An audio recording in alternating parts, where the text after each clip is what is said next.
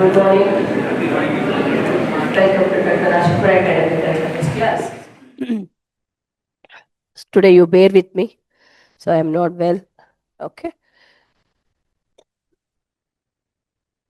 So BRICS ಈ ಸರಿ ಮುಂಬರುವಂತಹ ಪರೀಕ್ಷೆಗಳಲ್ಲಿ ಒಂದು ಪ್ರಶ್ನೆ ಇರುತ್ತೆ, ಬಟ್ ಬ್ರಿಕ್ಸ್ ನ್ಯೂಸ್ ಅಲ್ಲಿ ಇಲ್ಲ. NDB ಇದೆ. NDB ಅಂದ್ರೆ ಏನು? New development bank. It's also known as BRICS bank. Okay. ಯಾಕೆ ನ್ಯೂಸ್ ಅಲ್ಲಿ ಇದೆ ಅಂದ್ರೆ ಬ್ರಿಕ್ಸ್ಗೆ 10ನೇ ಸದಸ್ಯ ರಾಷ್ಟ್ರವಾಗಿ ಒಂದು ರಾಷ್ಟ್ರ ಆಯ್ಕೆ ಆಗಿದೆ. ಅದು ಯಾವುದು? Uzbekistan. Okay. So write down NDB, new development bank. ಕನ್ನಡದಲ್ಲಿ ನೂತನ ಅಭಿವೃದ್ಧಿ ಬ್ಯಾಂಕ್. ನೂತನ ಅಭಿವೃದ್ಧಿ bank. It's also known as BRICS bank.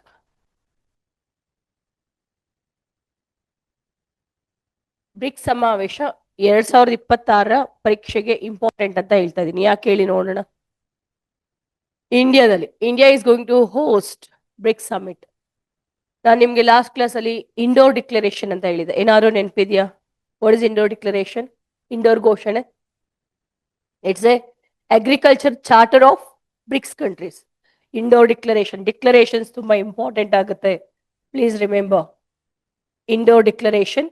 ಈ ತರ ಈ ವರ್ಷ ಪೂರ್ತಿ ನಿಮಗೆ you keep finding news related to BRICS. Indore declaration is nothing but it's in agricultural charter of BRICS countries. BRICS ಸದಸ್ಯ ರಾಷ್ಟ್ರಗಳ ಒಂದು ಕೃಷಿ ಚಾರ್ಟರ್ ಅಂತಾನೆ ಹೇಳ್ತೀವಿ. Agricultural charter. Okay. Please remember. ಯಾಕೆ ಅಂದ್ರೆ ಇದು ಮಧ್ಯಪ್ರದೇಶನ ಇಂಡೋರ್ ಅಲ್ಲಿ ನಡೀತು, ಹಾಗಾಗಿ ಇದನ್ನ ಇಂಡೋರ್ ಡಿಕ್ಲರೇಷನ್ ಅಂತ ಕರಿತೇವೆ. ಸೊ ಅದು ಲಾಸ್ಟ್ ಕ್ಲಾಸ್ ಅಲ್ಲಿ ಡಿಸ್ಕಸ್ ಮಾಡಿದ್ದೀನಿ. ಇದು ಈ ವೀಕ್ ಅಲ್ಲಿ ನ್ಯೂಸ್ ಅಲ್ಲಿ ಇದೆ. ಏನಪ್ಪಾ ಅಂದ್ರೆ ಬ್ರಿಕ್ಸ್ಗೆ 10ನೇ ಸದಸ್ಯ ರಾಷ್ಟ್ರವಾಗಿ ಆಯ್ಕೆಯಾಗಿದ್ದು 10th ಮೆಂಬರ್ ಕಂಟ್ರಿ ಯಾವುದು ಅಂದ್ರೆ ಯಾವುದು? Uzbekistan. Uzbekistan. You tell me. Question ಇಲ್ಲಿ ಅರೈಸ್ ಆಗುವಂತಹ ಸಾಧ್ಯತೆ ಬಹುಪಾಲು ಇದೆ. Highest probability. So you may get the question. All BRICS member countries are part of NDB. Is it true or false? All BRICS member countries are member to the New development Bank. BRICS ನ ಎಲ್ಲಾ ಸದಸ್ಯ ರಾಷ್ಟ್ರಗಳು ನೂತನ ಅಭಿವೃದ್ಧಿ bank ನ ಸದಸ್ಯ ರಾಷ್ಟ್ರಗಳಾಗಿವೆ. True or false? False. ಯಾಕೆಂದ್ರೆ Bangladesh part of NDB. UAE part. UAEಗೂ ಹೊಸದಾಗಿ ಮೆಂಬರ್ಶಿಪ್ ಕೊಟ್ಟಿರೋದು. ಉಜ್ಬೇಕಿಸ್ತಾನ್ ಎಲ್ಲಿದೆ ಬ್ರಿಕ್ಸ್ ಅಲ್ಲಿ? ಅದ್ರಲ್ಲಿ ಹೇಳ್ಬೋದಲ್ಲ ನೀವು ಫಾಲ್ಸ್ ಅಂತ ಅಂದ್ಬಿಟ್ಟು. ಬಟ್ ನಾವ್ ಅನ್ಕೊಳ್ಳೋದು ಬ್ರಿಕ್ಸ್ ಕಂಟ್ರೀಸ್ ಎಲ್ಲ ಪಾರ್ಟ್ ಆಫ್ NDB ಅಂತ. ಸ್ಟಾರ್ಟ್ ಆಗಿದ್ ಯಾವಾಗ ಗೊತ್ತಾ ಇದು ಬ್ರಿಕ್ಸ್ ಬ್ಯಾಂಕ್? 2014 ಅಲ್ಲಿ. 14 ಅಲ್ಲಿ ಬ್ರೆಜಿಲ್ ಅಲ್ಲಿ ಒಂದು ಸಮಾವೇಶ ಆಗುತ್ತೆ. ಆ ಸಮಾವೇಶದ ಹೆಸರು ಫೋರ್ಟಲೇಜಾ ಕನ್ವೆನ್ಷನ್ ಅಂತ. ಇದು UPSC ಕೇಳಿದ್ರು ನೆಕ್ಸ್ಟ್ ಇಯರ್ಗೆ. ಫೋರ್ಟಲೇಜಾ. ಫೋರ್ಟಲೇಜಾ ಕನ್ವೆನ್ಷನ್. ಫೋರ್ಟಲೇಜಾ ಅನ್ನೋದು ಇದರಲ್ಲಿ ಏನು ಬ್ರೆಜಿಲ್ ಅಲ್ಲಿ ಒಂದು ಸಿಟಿ. ಫೋರ್ಟಲೇಜಾ ಕನ್ವೆನ್ಷನ್. ಈ ಸಮಾವೇಶದ ಮೂಲಕ ಬ್ರಿಕ್ಸ್ ಬ್ಯಾಂಕ್ ಅನ್ನ ಅಸ್ತಿತ್ವಕ್ಕೆ ತಂದಿದ್ದು. ಇದನ್ನ $100 ಬಿಲಿಯನ್ ಬ್ಯಾಂಕ್ ಅಂತ ಕೂಡ ಕರೆದು. Also known as $100 billion bank. $100 billion bank. ಯಾಕೆಂದ್ರೆ all these BRICS countries, founding members of BRICS ಯಾರಿದ್ದಾರೆ? Brazil, Russia, India, China, South Africa. All these 5 countries contributed $20 billion each. ಪ್ರತಿ ರಾಷ್ಟ್ರಗಳು ಕೂಡ 20 ಬಿಲಿಯನ್ ಹಾಕೊಂಡು $100 ಬಿಲಿಯನ್ ಅಲ್ಲಿ ಈ ಒಂದು ಬ್ಯಾಂಕ್ ಅನ್ನ ಸ್ಥಾಪನೆ ಮಾಡ್ತಾರೆ. ಕೇಂದ್ರ ಕಚೇರಿ ಎಲ್ಲಿದೆ? Shanghai. Shanghai is the headquarters. Shanghai. And who is the present chairperson? Chairperson of NDB. Dilma Rousseff. ಕೇಳಿಲ್ವಾ? ಸೊ ಎಲ್ಲಿನವ್ರು ಇವರು? ಯಾವ ದೇಶದವರು ದಿಲ್ಮಾ ರೂಸೆಫ್? ಎಲ್ಲಿ? ಯಾವ ದೇಶ? Brazil. Okay. Dilma Rousseff. Dilma ರೂಸೆಫ್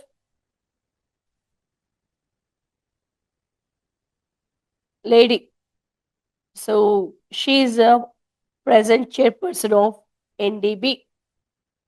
It is founded by BRICS countries. All these 5 BRICS countries ಇವುಗಳು ಸ್ಥಾಪನೆ ಮಾಡಿದ್ದು. ಎಲ್ಲರಿಗೂ ಕೂಡ ಈಕ್ವಲ್ ವೋಟಿಂಗ್ ಪವರ್ ಇದೆ, ಸಮಾನ ಒಂದು ಹಕ್ಕುಗಳಿದೆ ಬ್ಯಾಂಕ್ ಅಲ್ಲಿ. ಇಂಥ ಬ್ಯಾಂಕ್ ಏನಕ್ಕೆ ಬೇಕಾಗಿತ್ತು? Why they need such bank? ಯಾಕೆ ಬೇಕು ಬ್ಯಾಂಕ್? ಏನಕ್ಕಪ್ಪ ಸಹಾಯ ಮಾಡುತ್ತೆ? ಕಷ್ಟದಲ್ಲಿರ್ಬೇಕಾದ್ರೆ ನಮ್ಗೆ ಲೋನ್ ಕೊಡುತ್ತೆ. ಮೆಂಬರ್ ಕಂಟ್ರೀಸ್ಗೆ ಬ್ಯಾಲೆನ್ಸ್ ಆಫ್ ಪೇಮೆಂಟ್ ಕ್ರೈಸಿಸ್ ಬಂದಾಗ, ಪಾವತಿ ಶಿಲ್ಕಿನ ಕೊರತೆ ಕಂಡು ಬಂದಾಗ, ಆವಾಗ ಈ ಬ್ಯಾಂಕ್ಗಳು ಪರಸ್ಪರ ನೆರವಾಗುತ್ತೆ. Okay, so they extend their help when there is balance of payment crisis between member countries. Balance of payment crisis ಇದ್ದಾಗ, ಪಾವತಿ ಶಿಲ್ಕಿನ ಕೊರತೆ ಎದುರಾದಾಗ ಸದಸ್ಯ ರಾಷ್ಟ್ರಗಳು ಪರಸ್ಪರ ನೆರವಾಗುತ್ತವೆ. They extend help when there is balance of payment crisis. ಪಾವತಿ ಶಿಲ್ಕಿನ ಕೊರತೆ ಎದುರಾದಾಗ. ಓಕೆ, ಸೊ ಈ 5 ಕಂಟ್ರೀಸ್, ಈಗ 10th ಬಂದು ಯಾವುದು ಉಜ್ಬೇಕಿಸ್ತಾನ್ ಅಂತ ಹೇಳ್ದೆ. ಓಕೆ, ಫಸ್ಟ್ 5 ಬ್ರಿಕ್ಸ್, ಉಳಿದಿದ್ 4 ನೋಡ್ಕೋಬೇಕು ನೀವು. ನೋಡಿ, I just write down present BRICS countries.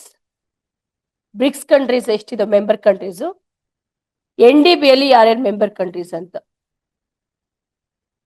Very important. There is highest probability that they may ask question on this aspect. ಕೇಳಿದ್ರೆ ಇಲ್ಲಿ ಬರುತ್ತೆ. ಯಾಕಂದ್ರೆ 2026ರಲ್ಲಿ India is hosting the BRICS summit. 2026ರ ಒಂದು ಸಮಾವೇಶ. ಈಗ ಬ್ರಿಕ್ಸ್ಗೆ ನಮ್ದೇ ಆದಂತ ಒಂದು ಅಬ್ರಿವೇಶನ್ ಕೊಟ್ಟಿದ್ದೀವಿ. ಏನು? Building resilience, innovation. ಮುಂದಕ್ಕೆ building resilience, innovation, cooperation for sustainability. Okay, sorry. BRICS ಅಲ್ಲಿ totally how many countries are there? ಎಷ್ಟಿದ್ದಾರೆ ಬ್ರಿಕ್ಸ್ ಅಲ್ಲಿ? 11 ಕಂಟ್ರೀಸ್. ಮೊದಲು 5 ಇತ್ತಲ್ವಾ? ಯಾವ್ದೋ ಒಂದು ಎಕ್ಸಾಮ್ಗೆ ಲೈಕ್ ಲಾಂಗ್ ಬ್ಯಾಕ್, ಒಂದು 4 ವರ್ಷದಿಂದ ಹಿಂಗ್ ಬ್ರಿಕ್ಸ್ ಕೊಟ್ಬಿಟ್ಟು ಬಿ ಅಂದ್ರೆ ಬ್ರಿಟನ್ ಅಂತ ಹಾಕಿದ್ದಾರೆ. ಬ್ರಿಟನ್ ಅಂತ ಒಂದು ಆಪ್ಷನ್ ಕೊಟ್ಟಿದ್ದಾರೆ. ಇಷ್ಟು ಕೂಡ ಕೆಲವು ಸತಿ ಕನ್ಫ್ಯೂಸ್ ಆಗುತ್ತೆ ಮಕ್ಕಳಿಗೆ, ಓದದೇ ಇದ್ದಾಗ ಅಥವಾ ಇಗ್ನೋರ್ ಮಾಡಿದಾಗ, ಗೊತ್ತಿರದೆ ಬಿಡು ಅಂತ. ಓಕೆ, ಬಿ ಅಂದ್ರೆ ಬ್ರಿಟನ್ ಅಲ್ಲ, Brazil, Russia, India, China, South Africa. ಇವು 5 ಕಂಟ್ರೀಸ್ ಇದಾವೆ. ಪ್ಲಸ್ ಇನ್ಯಾವ್ದ್ಯಾವ್ದಿದೆ? ನಾನ್ ನಿಮ್ಗೆ ಕೋಡ್ ಕೊಟ್ಟಿರೋದು ಯಾವ್ದು? ICU ಇಂದು, ICU, ICU ಇಂದು.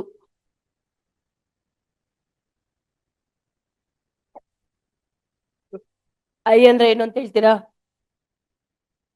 I means Iran. I Iran, S Saudi Arabia, Iran, Saudi Arabia. E Egypt, ಇನ್ನೊಂದು ಇಥಿಯೋಪಿಯಾ, ಈಜಿಪ್ಟ್, ಇಥಿಯೋಪಿಯಾ. UAE ಮತ್ತೆ ಇಂದು ಅಂದ್ರೆ ಇಂಡೋನೇಷ್ಯಾ. ಮೊನ್ನೆ ಯಾವುದೋ ಎಕ್ಸಾಮ್ಗೆ SCO, ಶಾಂಘೈ ಕೋಆಪರೇಷನ್ ಆರ್ಗನೈಸೇಷನ್ ನ ನೂತನ ಸದಸ್ಯ ರಾಷ್ಟ್ರ ಅಥವಾ ಇತ್ತೀಚೆಗೆ ಸೇರ್ಪಡೆಗೊಂಡಂತ ರಾಷ್ಟ್ರ ಅಂತ ಕೊಟ್ಟಿದ್ರು. ಸೊ ಫಸ್ಟ್ ಇರಾನ್ ಸೇರ್ಕೊಂಡಿತ್ತು SCOಗೆ. ಅದಾದ್ಮೇಲೆ ಸೇರ್ಕೊಂಡಿದ್ದು ಯಾವ್ದು ಗೊತ್ತಾ? ಬೆಲಾರಸ್. ತುಂಬಾ ಜನ ಇರಾನು ಕೊಟ್ಟಿದ್ದ, ಬೆಲಾರಸ್ ಕೊಟ್ಟಿದ್ದ. ಬೆಲಾರಸ್ ಅಪ್ಡೇಟ್ ಆಗದೆ ಇರೋ ಮಕ್ಕಳು ಇರಾನ್ ಹಾಕ್ಬಿಟ್ಟು ಬಂದಿರ್ತಾರೆ. ಹಾಗಾದ್ರೆ ಬ್ರಿಕ್ಸ್ಗೆ ಇತ್ತೀಚೆಗೆ ಸೇರ್ಪಡೆಗೊಂಡಂತ ರಾಷ್ಟ್ರ ಯಾವುದು? Recently, so to BRICS countries, BRICS organisation, Indonesia inducted. ಯಾವಾಗ? ಯಾವ ವರ್ಷದಲ್ಲಿ? 2026. ಹಂಗೆ ಸಸ್ಪೆನ್ಷನ್ ಅಲ್ಲೇ ಇತ್ತು. 26 ಅಲ್ಲಿ officially became member of BRICS organisation.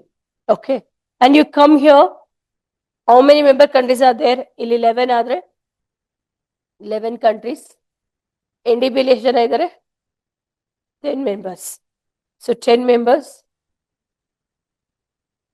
New development bank 10 members. ಅದರಲ್ಲಿ 5 ಮೆಂಬರ್ಸ್ ನಿಮ್ಗೆ ಗೊತ್ತೇ ಇದೆಯಲ್ಲ. Okay, 5 members BRICS countries plus ಈ ಪ್ಲಸ್ ಇಂಪಾರ್ಟೆಂಟ್. ಯಾವ್ದನ್ ಬೇಕಾದ್ರೂ ಕೇಳಬಹುದು. Indo declaration most probably the mask. Okay, question answer ಏನ್ ಕೊಡ್ತಾನೆ ಗೊತ್ತಾ? So it's a agriculture charter of BRICS countries, ಅಥವಾ SCOದು ಒಂದು ಸೆಕ್ಯೂರಿಟಿ ಚಾರ್ಟರ್. ಓಕೆ, ಸೊ ಈ ರೀತಿ ಏನಾದ್ರು ಒಂದು 4 ಆಪ್ಷನ್ ಕೊಡ್ಬೋದು. ಆಸಿಯಾನ್ನ ಒಂದು ನ್ಯೂ ಅಸೋಸಿಯೇಷನ್ ಚಾರ್ಟರ್, ಈ ತರ ಏನಾದ್ರು ಕೇಳ್ಬೋದು. ಈಗ ಬರ್ಕೊಳ್ಳಿ. Bangladesh, UAE, Bangladesh, UAE, Egypt, Algeria,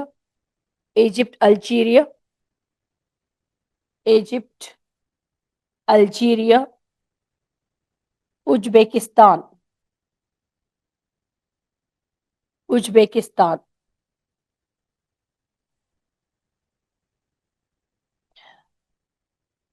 ಇನ್ನೊಂದರ ಕ್ವಶನ್ ಕೇಳಿದಾರೆ. ಏನ್ ಕೇಳ್ಬೋದು ಗೊತ್ತಾ?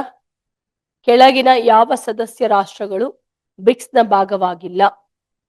ಕೆಳಗಿನ ಯಾವ NDB ಸದಸ್ಯ ರಾಷ್ಟ್ರಗಳು ಬ್ರಿಕ್ಸ್ ನ ಭಾಗವಾಗಿಲ್ಲ? You tell me quick. ಯಾವುದು? Algeria and Uzbekistan, isn't it?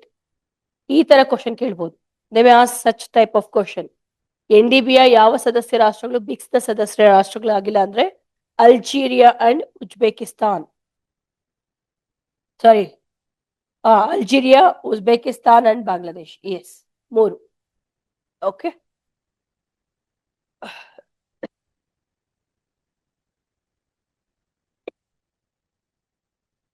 Sorry. So ಯಾವ್ಯಾವ್ದ್ರಲ್ಲಿ ನಾವು ಮೆಂಬರ್ ಆಗಿದ್ದೀವಿ, ಯಾವ್ಯಾವ ಬ್ಯಾಂಕ್ಗಳಲ್ಲಿ ಅಂತ ಏನಾದ್ರು ಗೊತ್ತಾ ನಿಮ್ಗೆ? Which all the banks? World Bank ಅಲ್ಲಿ ಒಂದ್ಸತಿ ಎಕ್ಸಾಮ್ ಕೇಳಿದ್ರು. ಏನಂತ ಗೊತ್ತಾ? UPSC ಕೇಳಿದ್ರು statement wise. India is a founding member of IMF ಅಂತ. ಟ್ರೂನಾ ಫಾಲ್ಸ್? ಟ್ರೂ. IMF ಮೆಂಬರ್ ಆಗ್ಬೇಕು ಅಂದ್ರೆ ಮ್ಯಾಂಡೇಟರಿ ಏನಿರ್ಬೇಕು? ವರ್ಲ್ಡ್ ಬ್ಯಾಂಕ್ ಅಲ್ಲಿ ಫಸ್ಟ್ ಮೆಂಬರ್ಶಿಪ್ ತಗೊಂಡಿರ್ಬೇಕು. ಗೊತ್ತಾಯ್ತು ನಿಮ್ಗೆ? To get membership in IMF one should have membership in world bank. ಅರ್ಥ ಆಗ್ತಿದ್ಯಾ? ಸೊ ವರ್ಲ್ಡ್ ಬ್ಯಾಂಕ್ ಅಲ್ಲಿ ಮತ್ತೆ IMF ಅಲ್ಲಿ founding member Nations. World Bank ಮತ್ತೆ IMF ಸಂಸ್ಥಾಪಕ ಸದಸ್ಯ ರಾಷ್ಟ್ರ. ಭಾರತ ಸಂಸ್ಥಾಪಕ ಸದಸ್ಯ ರಾಷ್ಟ್ರ ಇನ್ 1945. ಓಕೆ, 1945. ಮತ್ತೆ ADB ಅಂದ್ರೆ ಏನು? ಇದ್ರದ್ದು ಹೆಡ್ ಕ್ವಾರ್ಟರ್ಸ್ ಎಲ್ಲಿದೆ? ವರ್ಲ್ಡ್ ಬ್ಯಾಂಕ್ದು, IMFದು. ಈಗ ನೆಕ್ಸ್ಟ್ ನಿಮ್ಗೆ ಗ್ರೂಪ್ C ಎಕ್ಸಾಮ್ ಇದೆಯಲ್ಲ, ಅದಕ್ಕೋಸ್ಕರ ಹೆಲ್ಪ್ ಆಗ್ಲಿ ಅಂತ ಹೇಳ್ತಾ ಇದೀನಿ. Washington DC. Bretton Woods sisters ಅಂತ ಯಾವ್ದನ್ನ ಕರಿತೀವಿ ನಾವು? ಬ್ರಿಟನ್ ಹುಡ್ ಸಿಸ್ಟರ್ಸ್ ಯಾರ್ಯಾರು? ವರ್ಲ್ಡ್ ಬ್ಯಾಂಕ್ ಮತ್ತೆ IMF, ಇವ್ರನ್ನ ಬ್ರಿಟನ್ ಹುಡ್ ಸಿಸ್ಟರ್ಸ್ ಅಂತ ಹೇಳ್ತೀವಿ. Okay, so next ADB, Asian Development Bank. ಈ ADB ರೈಟ್ ಕ್ವಾರ್ಟರ್ಸ್ ಎಲ್ಲಿದೆ? ಮನೀಲಾ, ಫಿಲಿಪೈನ್ಸ್ ಮನೀಲಾದಲ್ಲಿದೆ. ಇದು ಸ್ಥಾಪನೆ ಆಗಿದೆ ಯಾವಾಗ? 1966. ಓಕೆ, ಯಾವ್ದಾದ್ರು ನನ್ಗೊಂದು ಪ್ರಾಜೆಕ್ಟ್ ಹೇಳ್ತೀರಾ ADB ಸ್ಪಾನ್ಸರ್ ಮಾಡಿರೋದು ನಮ್ಮ ಇಂಡಿಯನ್ ಗವರ್ಮೆಂಟ್ಗೆ? Any project recall? ನಾನು ನಿಮ್ ಕ್ಲಾಸ್ಗಳಲ್ಲಿ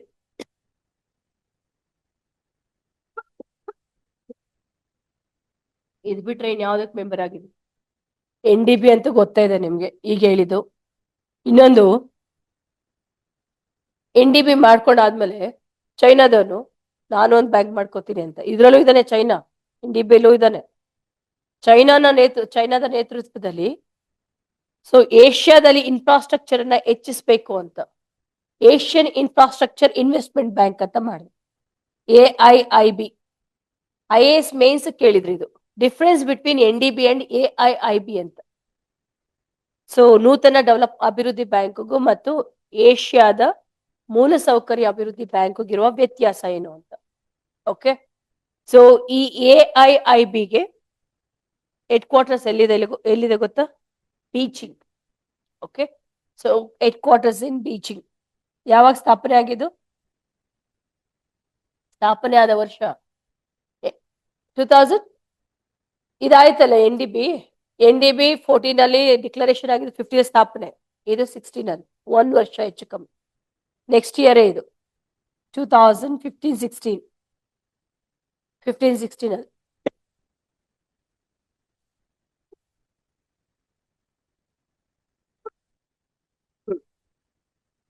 ಓಕೆ, ನೆಕ್ಸ್ಟ್ ಇದಾದ್ಮೇಲೆ ನೆಕ್ಸ್ಟ್ ಟಾಪಿಕ್ ಹೋಗೋಣ. International big cat alliance. International big cat alliance,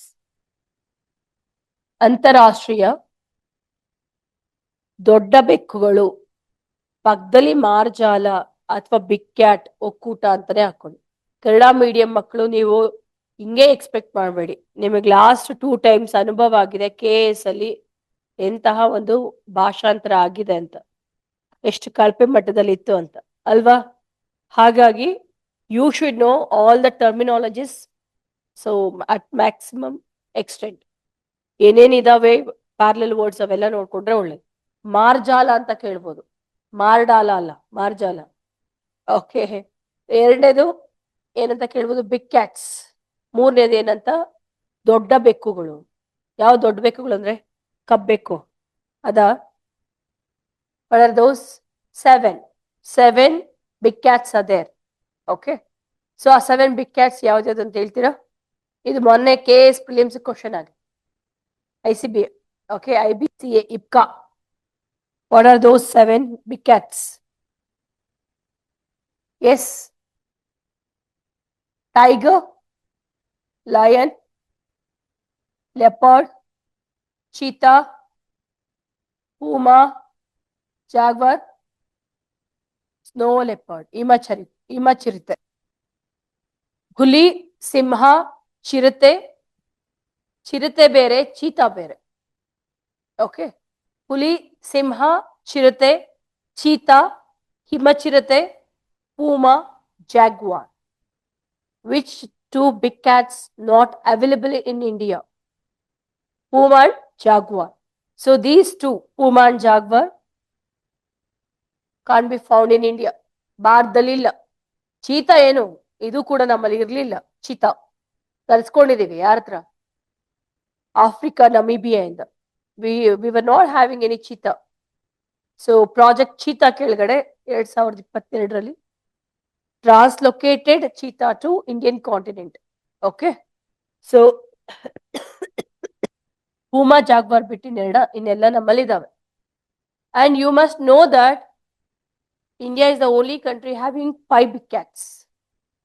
5 big ಕ್ಯಾಟ್ಗಳನ್ನ ಹೊಂದಿರುವಂತಹ ದೇಶ ಭಾರತ. ಓಕೆ, ಸೊ ಮತ್ತೆ ಇಲ್ಲಿ ಬಂದ್ರೆ ಈ ಇನಿಷಿಯೇಟಿವ್ ನಾನು ನಿಮ್ಗೆ ನಮ್ಮ ಭಾರತದ ಕೆಲವೊಂದು ಜಾಗತಿಕ ಉಪಕ್ರಮಗಳು ಅಂತ ಹೇಳ್ತಿರ್ತೀನಿ. ಇಡೀ ಜಗತ್ತಲ್ಲೇನೆ ನಾವೇ ಆ ಒಂದು ಇನಿಷಿಯೇಟಿವ್ ನ ಕೈಗೆತ್ಕೊಂಡಿರೋದು. ಈಗ ಬಯೋ ಎಥನಾಲ್ ಅಲಯನ್ಸ್ ಅಂತ ಮಾಡ್ಕೋತಾರೆ. ಯಾರು? 3 ದೇಶ ಗ್ಲೋಬಲ್ ಬಯೋ ಎಥನಾಲ್ ಅಲಯನ್ಸ್ ಅಂತ ಮಾಡ್ಕೊಂಡಿದ್ದಾರೆ. ಗೊತ್ತಲ್ಲ ನಿಮ್ಗೆ? ಯಾರ್ಯಾರು ಹೇಳಿ ನೋಡೋಣ. ಗ್ಲೋಬಲ್ ಬಯೋ ಎಥನಾಲ್ ಅನ್ನ ಎಷ್ಟಂತ ಹೇಳಿದೀನಿ? ಎಥನಾಲ್ ಏನಕ್ಕೆ ಯೂಸ್ ಮಾಡ್ತೀವಿ ನಾವು? ಏನಕ್ಕೆ? ವೆಹಿಕಲ್ಸ್ ಅಲ್ಲಿ ಅಲ್ವಾ? ಸೊ ಈ ಬಯೋ ಎಥನಾಲ್ ಅಲಯನ್ಸ್ ಅಂತ 3 ರಾಷ್ಟ್ರ ಮಾಡ್ಕೊಂಡಿದ್ವಿ, ಬ್ರೆಜಿಲ್, USA ಮತ್ತೆ ಇಂಡಿಯಾ. ಓಕೆ, ಇದೊಂದು ಇನಿಷಿಯೇಟಿವ್. ಏನಕ್ಕೆ ಅಂತಂದ್ರೆ so try to maximise the usage of bio ethanol. Okay, to minimise the emission of greenhouse gases. Next ಎರಡನೇದೇನಪ್ಪ ಅಂದ್ರೆ ಇನ್ಯಾವುದಪ್ಪ ನಮ್ಮ ನೇತೃತ್ವದಲ್ಲಿ ಆಗಿರೋದು? ನಮ್ಮ ನೇತೃತ್ವದಲ್ಲಿ ಒಂದು bio ethanol, global bio ethanol alliance ಆಯ್ತು. ಎರಡನೇದು ಯಾವುದು? International solar alliance. Okay, so ಒಂದು ಗ್ಲೋಬಲ್ ಬಯೋ ಎಥನಾಲ್ ಅಲಯನ್ಸ್, ಇನ್ನೊಂದು ಇಂಟರ್ನ್ಯಾಷನಲ್ ಸೋಲಾರ್ ಅಲಯನ್ಸ್, ಅಂತಾರಾಷ್ಟ್ರೀಯ ಸೌರ ಒಕ್ಕೂಟ. ಇದು ಜಾಗತಿಕ ಬಯೋ ಎಥನಾಲ್ ಒಕ್ಕೂಟ, ಇದು ಅಂತಾರಾಷ್ಟ್ರೀಯ ಸೌರ ಒಕ್ಕೂಟ. ಮೂರನೇದು ಯಾವುದು ನಾನು ಹೇಳಿದ್ದೀನಿ ನಿಮ್ಗೆ, coalition for disaster resilient infrastructure. ಮರ್ತೋದ್ರ? CDRI ಇದು ನಮ್ದೆ. ಕೊಯಲಿಷನ್ ಅಂದ್ರೆ ಬಂದ್ರಪ್ಪ ಎಲ್ಲ ಜಾಯಿನ್ ಆಗೋಣ. ಡಿಸಾಸ್ಟರ್ಸ್ ಏನಿದಾವಲ್ಲ ಅವು ನಮ್ ಕೈಲಿಲ್ಲ, ಹಠಾತ್ತನೆ ಸಂಭವಿಸಂಥದ್ದು. ಮನುಷ್ಯನ ಕೈಲಿ ಏನೂ ಇಲ್ಲ, ಮನುಷ್ಯನ ನಿಯಂತ್ರಣದಲ್ಲಿ ಇಲ್ಲ. ಒಂದು ವೇಳೆ ಬಂದ್ರೆ ಅದಕ್ಕೆ ನಾವ್ ಯಾವ ರೀತಿ ಸನ್ನದ್ಧರಾಗಬೇಕು, ಸಿದ್ಧರಾಗಬೇಕು. How we have to get prepare to mitigate the impact of natural disasters. ಅದಕ್ಕೆ ಅಂತ ಒಂದು ಕೊಯಿಲಿಷನ್ ಮಾಡ್ಕೊಂಡಿದ್ವಿ, ದಟ್ ಈಸ್ ಕಾಲ್ಡ್ CDRI. ಇದು ನಮ್ದೇ ಭಾರತದ ನೇತೃತ್ವದ ಒಂದು ಒಕ್ಕೂಟ, CDRI, coalition for disaster resilient infrastructure. ಅಂದ್ರೆ ವಿಪತ್ತುಗಳನ್ನ ನಿಗ್ರಹಿಸುವಂತಹ ಮೂಲ ಸೌಕರ್ಯದ ಒಕ್ಕೂಟ. ವಿಪತ್ತುಗಳನ್ನ ನಿಗ್ರಹಿಸುವ ಮೂಲ ಸೌಕರ್ಯದ ಒಕ್ಕೂಟ.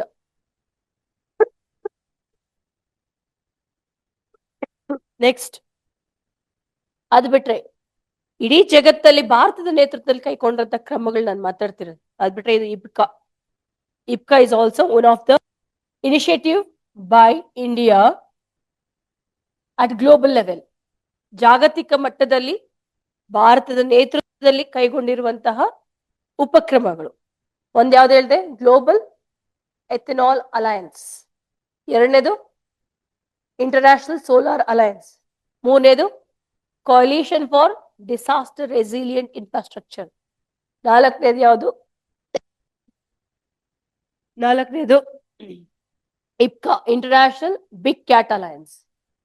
ಇದನ್ ತರಕ್ಕೆ ನಾವು ಅಂದ್ರೆ ಒಂದು ಇದಿರ್ಬೇಕಲ್ಲ, ಏನೋ ಬೇಸ್ ಇರ್ಬೇಕಲ್ಲ.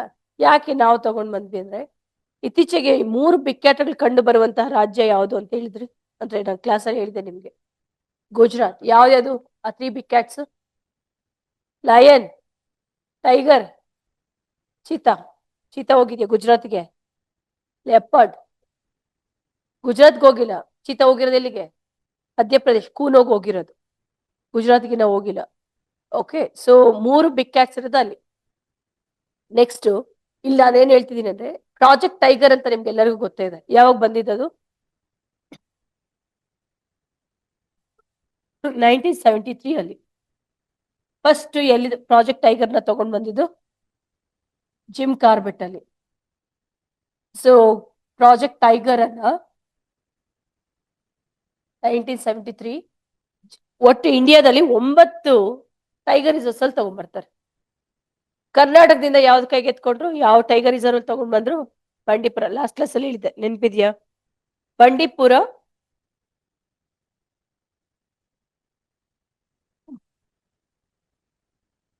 Bandipur was selected as an yes, Bandipur.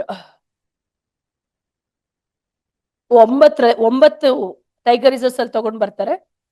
ಈಗ 1973 ಇಂದ 2023ಗೆ ಎಷ್ಟು ವರ್ಷ ಆಯ್ತಪ್ಪ? 50 years. 50 years ಆಯ್ತು. ಇದರ ಒಂದು ಸ್ಮರಣಾರ್ಥಕವಾಗಿ, ಓಕೆ, ಇದರ ಸ್ಮರಣಾರ್ಥಕವಾಗಿ ನಾವೇನ್ ಮಾಡಿದ್ವಿ ಗೊತ್ತಾ? So we to commemorate 50 years of Project Tiger, we come up with a new initiative called IPCA ಅಂತ ತಗೊಂಡ್ ಬಂದ್ವಿ. ಎಲ್ಲಿ ಗೊತ್ತಾ? ಮೈಸೂರಲ್ಲಿ. ಯಾಕೆ ಮೈಸೂರಲ್ಲಿ ತಗೊಂಡ್ ಬರ್ತೀವಿ? Karnataka known for tigers ಇಲ್ವೇನ್ರಿ? ಎಷ್ಟೇ ಪೊಸಿಷನ್ ಇದೆ ಟೈಗರ್ ಪಾಪ್ಯುಲೇಷನ್ ಅಲ್ಲಿ? Second position. ಫಸ್ಟ್ ಯಾವುದು?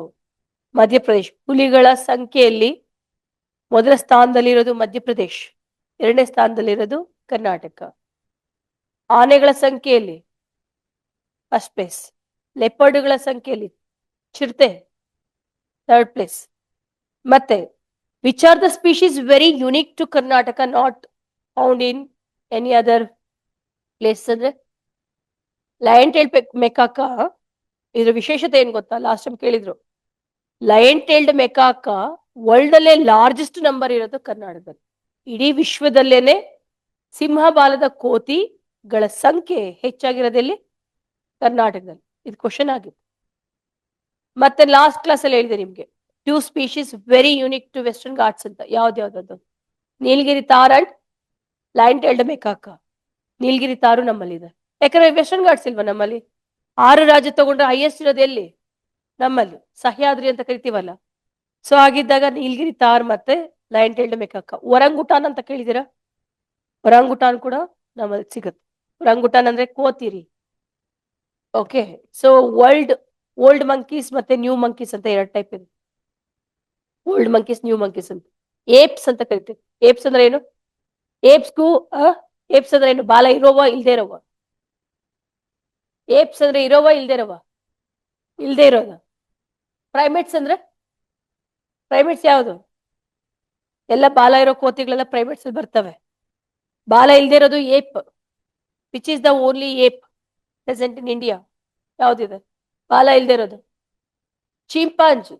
ಚಿಂಪಾಂಜಿ ಇದೆಯಲ್ಲ, ಚಿಂಪಾಂಜಿಗೂ ನಮಗೂ 99.5% ಜೆನೆಟಿಕ್ ಮೇಕಪ್ ಮ್ಯಾಚ್ ಆಗುತ್ತೆ. ಓಕೆ, ಸೊ ಬಾಲ ಇಲ್ದೇ ಇರುವಂತಹ ಒಂದು ಏಪ್ ಯಾವುದು ಅಂತಾರೆ? ಚಿಂಪಾಂಜಿ. 99% ನಮಗೂ ಮತ್ತೆ ಅದಕ್ಕೆ ಮ್ಯಾಚ್ ಆಗುತ್ತೆ. UPSC ಕ್ವಶನ್ ಕೇಳಿದ್ರು, which of the following is not an app ಅಂತ. ಏನು ಬಬೂನ್ ಅಂತ ಬರುತ್ತೆ, ಒರಂಗುಟಾನ್ ಅಂತ ಬರುತ್ತೆ, ಲೈನ್ ಟೈಲ್ಡ್ ಮೆಕಾಕ ಅಂತ ಬರುತ್ತೆ, ಗೋಲ್ಡನ್ ಲಂಗೂರ್ ಅಂತ ಬರುತ್ತೆ. ಓಕೆ, ಯಾವುದು ಇವಾಗ ಹೇಳಿದ್ನಲ್ಲ. ಓಕೆ, ಇವೆಲ್ಲ ಕೂಡ, so all these are monkeys, but chimpanzee ಬಂದು ಏಪ್.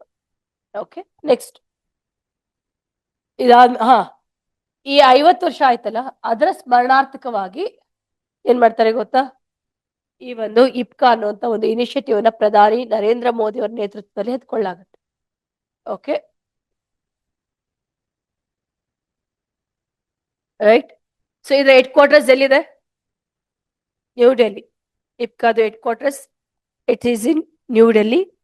ಈ ಒಂದು ಇನಿಷಿಯೇಟಿವ್ ನ, ಸೊ ಅದರ ನೋಡಲ್ ಏಜೆನ್ಸಿ ಯಾವುದು? NTCA. NTCA ಅಂದ್ರೆ ಏನು? Nodal agency national tiger conservation authority. ಏನ್ ಕೆಲಸ ಮಾಡುತ್ತಿದ್ದು? ಇದೇನ್ ಕೆಲಸ ಮಾಡೋದು?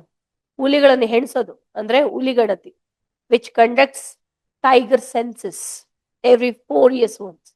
4 ವರ್ಷಕ್ಕೊಮ್ಮೆ. 4 ವರ್ಷಕ್ಕೊಮ್ಮೆ.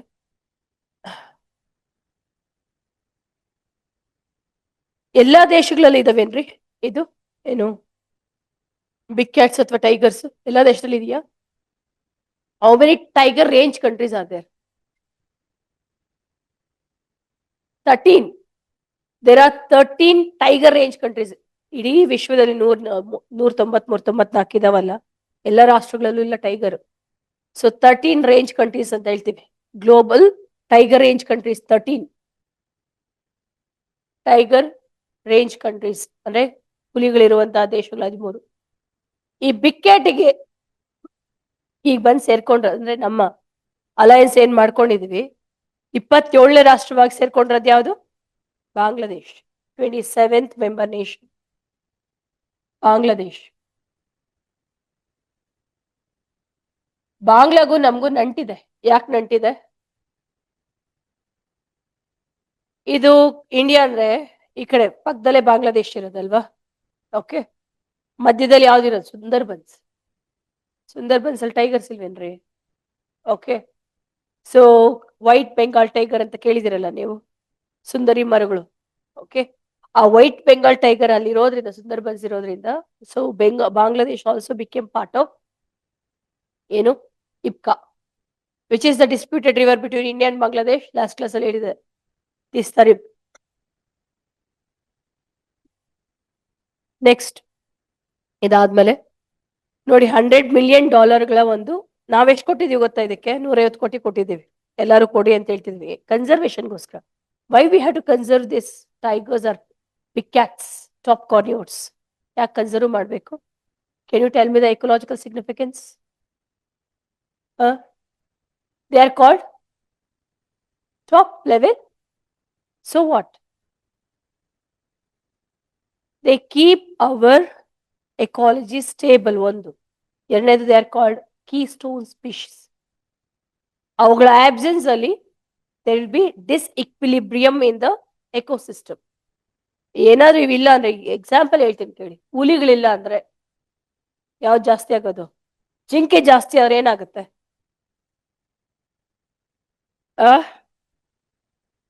ಜಿಂಕೆ ಜಾಸ್ತಿ ಆದ್ರೆ ಏನಾಗುತ್ತೆ? ಇರೋ ಬರೋ ಈ ಹಸ್ರೆಲ್ಲ ಮೇತ್ಕೊಂಡು ಹೋಗ್ಬಿಡುತ್ತೆ. ಗ್ರಾಸ್ ಅಂದ್ರೆ ಎಲ್ಲ ಕುರ್ಚಲ್ ಗಿಡಗಳನ್ನೆಲ್ಲ ಮೇತ್ಕೊಂಡು ಹಸಿರು ಮೇತ್ಕೊಂಡು, ಓಕೆ, ಸೊ ಹಸಿರೆಲ್ಲ ಹೋಯ್ತು ಅಂದ್ರೆ ಏನಾಗುತ್ತೆ? ಡೆಸರ್ಟ್ ಆಗುತ್ತೆ.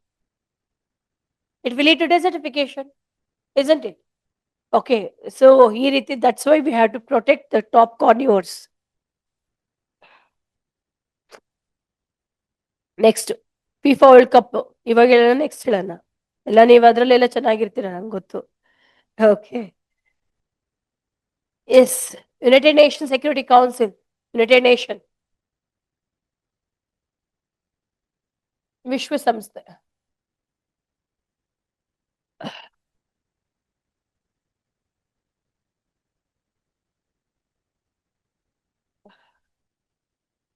ವಿಶ್ವಸಂಸ್ಥೆ ಯಾವಾಗ ಸ್ಥಾಪನೆ ಆಗಿದೆ ಅಂತ ಹೇಳ್ತೀರಾ?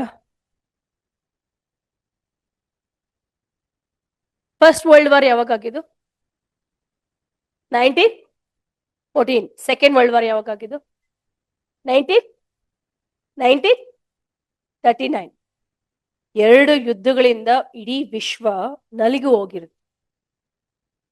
ಜಗತ್ತಿನಾದ್ಯಂತ ಶಾಂತಿ, ಸ್ಥಿರತೆ, ಸುಸ್ಥಿರತೆಯನ್ನು ತರಬೇಕು, ಸಮೃದ್ಧತೆಯನ್ನು ಸಾಧಿಸಬೇಕು, ಈ ಒಂದು ಯುದ್ಧ ದಾಹ ಕಮ್ಮಿ ಮಾಡಬೇಕು ದೇಶಗಳದು ಅನ್ನೋ ನಿಟ್ಟಿನಲ್ಲಿ to bring peace and stability at global level, UN has been established.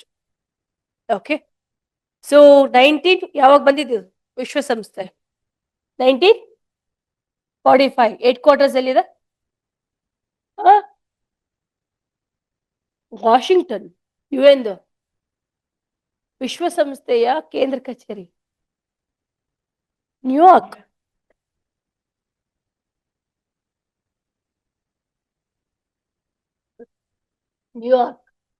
New York ಎಲ್ಲಿದೆ?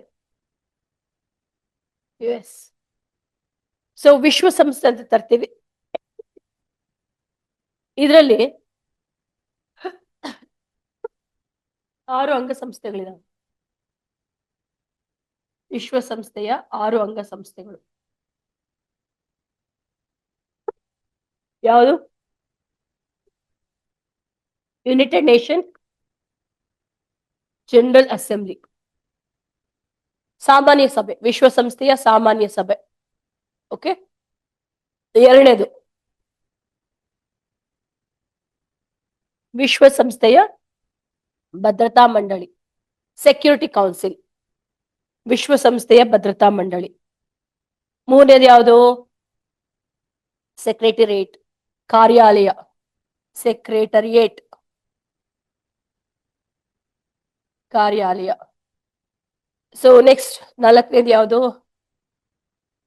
ICJ, international court of justice. ICJ ಅಂತಾರಾಷ್ಟ್ರೀಯ ನ್ಯಾಯಾಲಯ, international court of justice. Trusteeship council, ಧರ್ಮದರ್ಶಿ ಮಂಡಳಿ. Okay, trusteeship council, trusteeship council, ಧರ್ಮದರ್ಶಿ ಮಂಡಳಿ. And sixth one, the sixth one ಯಾವುದು? Social and economic council, ಸಾಮಾಜಿಕ ಮತ್ತು ಆರ್ಥಿಕ ಮಂಡಳಿ. Social and economic council, social and economic council, ಸಾಮಾಜಿಕ ಮತ್ತು ಆರ್ಥಿಕ ಮಂಡಳಿ ಕೌನ್ಸಿಲ್. ಇವೆಲ್ಲದ್ರದ್ದು ಒಂದ್ ಕಡೆ ಇದೆ ಹೆಡ್ ಕ್ವಾರ್ಟರ್ಸ್, ಒಂದೇ ಒಂದ್ರದ್ದು ಮಾತ್ರ ಬೇರೆ ಕಡೆ ಇದೆ. ICJ ಎಲ್ಲಿರೋದು ಕೇಂದ್ರ ಕಚೇರಿ? ಹೇಗೆಲ್ಲಿದೆ? ಹೇಗೆಲ್ಲಿದೆ? ನೆದರ್ಲ್ಯಾಂಡ್. ನೆದರ್ಲ್ಯಾಂಡ್ನ ಹೇಗಲ್ಲಿದೆ? ನೆದರ್ಲ್ಯಾಂಡ್. ಇನ್ನು ಉಳಿದಿದ್ದ 5 ಇದಾವಲ್ಲ, ಇವುಗಳ ಒಂದು ಕೇಂದ್ರ ಕಚೇರಿ ಎಲ್ಲಿರೋದು? ನ್ಯೂಯಾರ್ಕ್. ಎಲ್ಲದ್ರ ಕೇಂದ್ರ ಕಚೇರಿ it's in New York. Except ICJ, International Court of Justice, headquarters of all other organizations exist in York, right? So ಮತ್ತೆ ಒಂದನ್ನ ಮಾತ್ರ ಸ್ಥಗಿತಗೊಳಿಸಲಾಗಿದೆ, ಧರ್ಮದರ್ಶಿ ಮಂಡಳಿ. Okay, this has been Dharmadarshi Mandal Trusteeship Council, presently not working. This work has been stalled. ಸರಿ, ಈಗ ನಾನು highest decision making body ಯಾವ್ದಪ್ಪ? ವಿಶ್ವಸಂಸ್ಥೆಯಲ್ಲಿ ಅತ್ಯುನ್ನತ ನಿರ್ಣಯಗಳನ್ನ ಕೈಗೊಳ್ಳುವಂತ ಸಂಸ್ಥೆ ಯಾವುದು? Security council. I'll talk about this because it is in news. UNSC, United Nations Security Council, ವಿಶ್ವಸಂಸ್ಥೆಯ ಭದ್ರತಾ ಮಂಡಳಿ, ಸೆಕ್ಯೂರಿಟಿ ಕೌನ್ಸಿಲ್.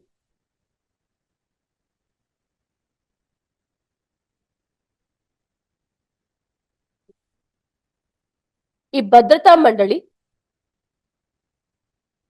ನೀವೇ ಹೇಳಿದ್ರೆ it's very powerful highest decision making body in UN. ಇದರಲ್ಲಿ ಮೆಂಬರ್ಸ್ ಇದ್ದಾರೆ. ನೀವೆಲ್ಲ ಭದ್ರತಾ ಮಂಡಳಿ ಅಂತ ಅನ್ಕೊಳ್ಳಿ. ಮೆಂಬರ್ಸ್ 2 ತರ ಇದ್ದಾರೆ. ಆ ಕಡೆ ಇರೋರು ಪರ್ಮನೆಂಟ್, ಈ ಕಡೆ ಇರೋರು ಟೆಂಪರರಿ. ಶಾಶ್ವತ ಸದಸ್ಯ ರಾಷ್ಟ್ರಗಳು, ತಾತ್ಕಾಲಿಕ ಸದಸ್ಯ ರಾಷ್ಟ್ರಗಳು. ಓಕೆ, ಸೊ ಅಥವಾ ಕಾಯಂ ಸದಸ್ಯ ರಾಷ್ಟ್ರಗಳು ಅಂತ ಕೂಡ ಹೇಳ್ತೀವಿ. Permanent countries, permanent member countries, ಶಾಶ್ವತ ಸದಸ್ಯ ರಾಷ್ಟ್ರಗಳು, ಟೆಂಪರರಿ ಮೆಂಬರ್ ಕಂಟ್ರೀಸ್. ಓಕೆ, ತಾತ್ಕಾಲಿಕ, ಅರೆಕಾಲಿಕ, ತಾತ್ಕಾಲಿಕ ಸದಸ್ಯ ರಾಷ್ಟ್ರಗಳು. ಪರ್ಮನೆಂಟ್ ಅಂದ್ರೆ ದೇ ಸ್ಟ್ಯಾಂಡ್ ಪರ್ಮನೆಂಟ್ ಇಂದ, ಅವ್ರ ಮೆಂಬರ್ಶಿಪ್ ಚೇಂಜ್ ಆಗಲ್ಲ, ಅವ್ರು ಯಾವಾಗ್ಲೂ ಪರ್ಮನೆಂಟ್ ಆಗಿ ಇರ್ತಾರೆ. ಈ P5 ಅಂತ ನಾನು ಯಾವಾಗ್ಲೂ ಹೇಳ್ತಾ ಇರ್ತೀನಿ. ನಿಮ್ಗೆ ಏನಾದ್ರೂ ಜಾಕ್ಪೋ ಅಗ್ರಿಮೆಂಟ್ ನೆನಪಿದ್ಯಾ? ಜಾಕ್ಪೋ, ವಾಟ್ ಇಸ್ ಜಾಕ್ಪೋ? Joint comprehensive plan of action. Joint comprehensive plan of action ಯಾವಾಗ ಬಂದಿದ್ದು? 2015. ಯಾರ್ಯಾರ ನಡುವೆ ಆಗಿದ್ದು? P5+1 ಈ ಕಡೆ ಇರಾನ್. P5 ಅಂದ್ರೆ ಇವರೇ ಅಧಿಪತ್ಯವನ್ನ ನಡೆಸ್ತಿರೋರು, ಸೊ ಅಧಿಕಾರದ ಚುಕ್ಕಾಣಿಯನ್ನ ಹಿಡಿದಿರೋರು. ಇವರಿಗೆ ಒಂದು ಸ್ಪೆಷಲ್ ಪವರ್ಸ್ ಇದೆ. ನಾನು ಲಾಸ್ಟ್ ಕ್ಲಾಸ್ ಅಲ್ಲಿ ನಿಮ್ಗೆ ಹೇಳಿದೆ NPC ಅಂತ ಇದೆ ಅಂತ, ಮಾನಿಟರಿ ಪಾಲಿಸಿ ಕಮಿಟಿ. ಏನ್ ಮಾಡ್ತದು? What it does? It will fix the inflation. Okay, repo rate, reverse repo rate, interest ರೇಟ್ಗಳನ್ನೆಲ್ಲ ಫಿಕ್ಸ್ ಮಾಡುತ್ತೆ ಅಂತ ಹೇಳಿದ್ನಲ್ಲ. ಅಲ್ಲಿ ಯಾರಿಗೆ ವೀಟೋ ಪವರ್ ಇರೋದು? ಮಾನಿಟರಿ ಪಾಲಿಸಿ ಕಮಿಟಿ, ಹಣಕಾಸು ನೀತಿ ಸಮಿತಿ. ಯಾರಿಗಿದೆ ವೀಟೋ ಪವರ್ಸ್? RBI governor. ಈಗ ಇಲ್ಲಿ 3, ಇವ್ರು 6 ಜನ ಇದ್ದಾರೆ. 3 ಗವರ್ಮೆಂಟ್ ಕಡೆಯಿಂದ, 3 RBI ಕಡೆಯಿಂದ. ಸೊ ಟೈ ಅಪ್ ಆಗ್ಬಿಡ್ತು ಅಂತ ಅನ್ಕೊಳ್ಳಿ. ಇಲ್ಲ, ಇಷ್ಟ ಆಗ್ಬೇಕು ಇನ್ಫ್ಲೇಷನ್ ಅಂತ ಒಬ್ರು, ಇಲ್ಲ ಇಷ್ಟ ಆಗ್ಬೇಕು ಅಂತ ಒಬ್ರು ಅಂತ. ಅವಾಗ ಟೈ ಅಪ್ ಆದಾಗ ನಾನ್ ಗವರ್ನರ್ ಅನ್ಕೊಳ್ಳಿ, ನಾನು ಹೇಳಿದ್ದೆ ಕೊನೆ. This is called veto power, ನಿಷೇಧಾತ್ಮಕ ಅಧಿಕಾರ. ಈಗ ನಮಗೆ ಇಲ್ಲಿ P5 ಕಂಟ್ರೀಸ್ ಇದ್ದಾರೆ. ಈ P5 ಕಂಟ್ರೀಸ್ ಯಾರು ಅಂತ ಹೇಳ್ತೀರಾ ನೀವು? US, UK, Russia, France, China. ಏನ್ ದಬ್ಬಾಳಿಕೆ ಗೊತ್ತಾ ಇವ್ರದ್ದು? ಇವರು NPT ಅಂತ ಒಂದು ಅಗ್ರಿಮೆಂಟ್ ಅಂದ್ರೆ ನಾನು ನಿಮ್ಗೆ ಹೇಳಿದ್ದೀನಿ ಲಾಸ್ಟ್ ಕ್ಲಾಸ್ ಅಲ್ಲಿ. NPT ಅಂತ ತಗೊಂಬಂದಿದ್ದಾರೆ, ನ್ಯೂಕ್ಲಿಯರ್ ನಾನ್ ಪ್ರೊಲಿಫರೇಷನ್ ಅಗ್ರಿಮೆಂಟ್ ಅಂತ. ಇವರೆಲ್ಲ ಇಟ್ಕೋಬೋದಂತೆ ಏನ್ನ? ಅಣ್ವಸ್ತ್ರಗಳನ್ನ ಇಟ್ಕೋಬೋದಂತ, ಸ್ಟಾಕ್ ಪೈಲ್ಸ್ ಇಟ್ಕೋಬೋದಂತ, ವೆಪನ್ಸ್ ಇಟ್ಕೋಬೋದಂತ, ಯುರೇನಿಯಂ ಸಂಪನ್ಮೂಲ ಇಟ್ಕೋಬೋದಂತ, ಎನ್ರಿಚ್ ಮಾಡ್ಕೋಬೋದಂತ. ಬೇರೆಯವ್ರು ಮಾಡ್ಕೊಳಂಗಿಲ್ಲ. ಇದ್ಯಾವ ನ್ಯಾಯ ಏನಪ್ಪ? ಅಷ್ಟು ದಬ್ಬಾಳಿಕೆ ಅವ್ರದ್ದು. Okay, so these 5 countries have special powers called as veto power. Okay, ಇವುಗಳಿಗಿರುವಂತಹ ವಿಶೇಷ ಅಧಿಕಾರ ವೀಟೋ ಅಧಿಕಾರ ಅಂತ ಕರಿತೀವಿ. Right?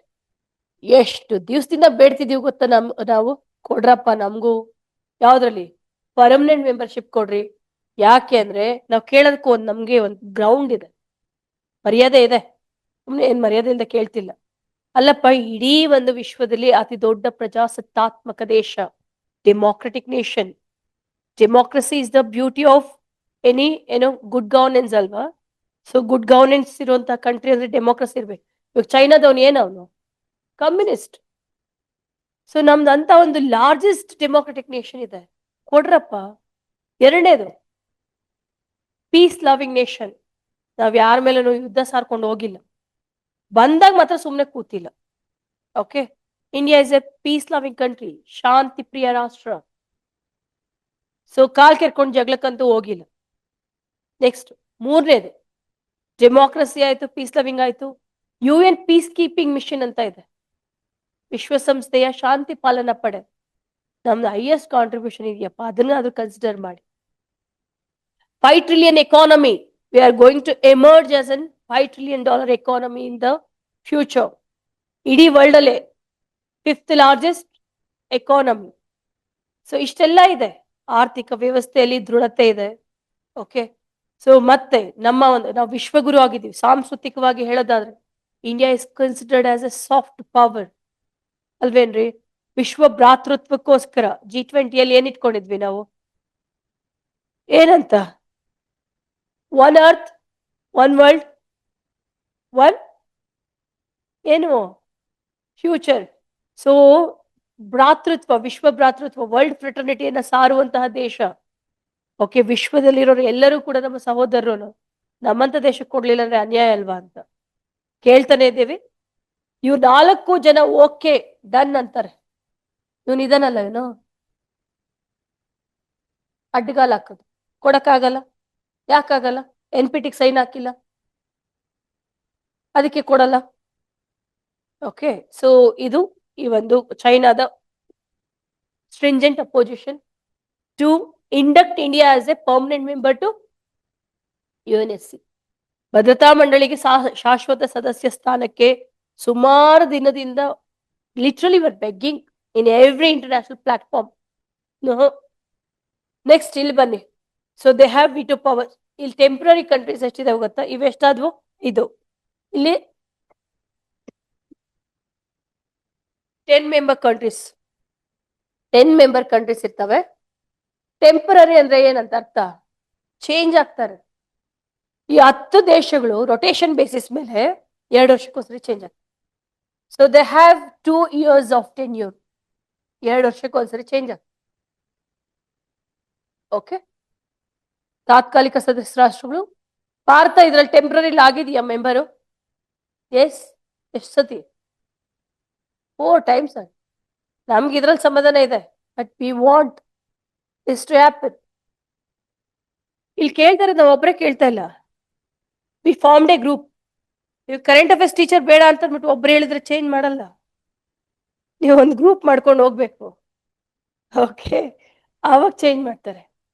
Here also they are put forward the demand, okay, to ask for permanent membership. ಅದನ್ನೇನಂತ ಕರಿತೀವಿ ಗೊತ್ತಾ? G4. G4 countries, G4 countries.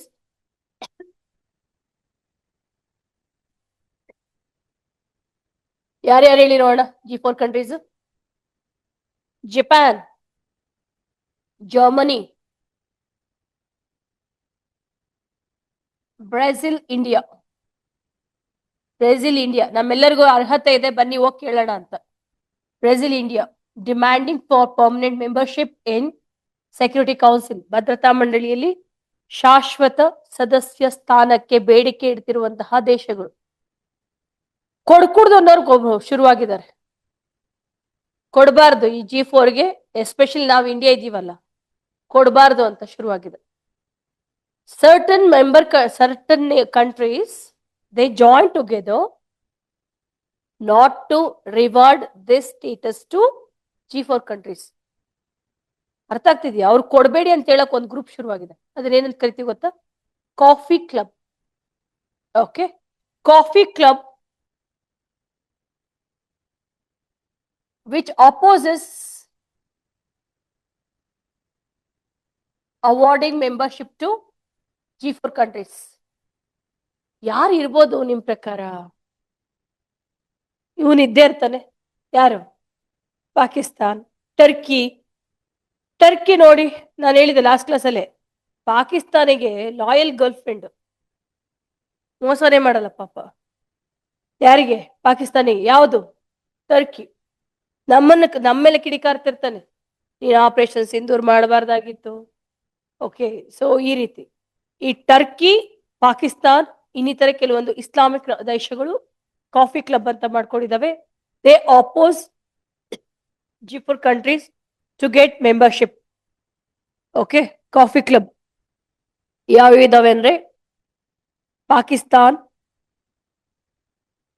Italy, Korea, etcetera, Australia, etcetera.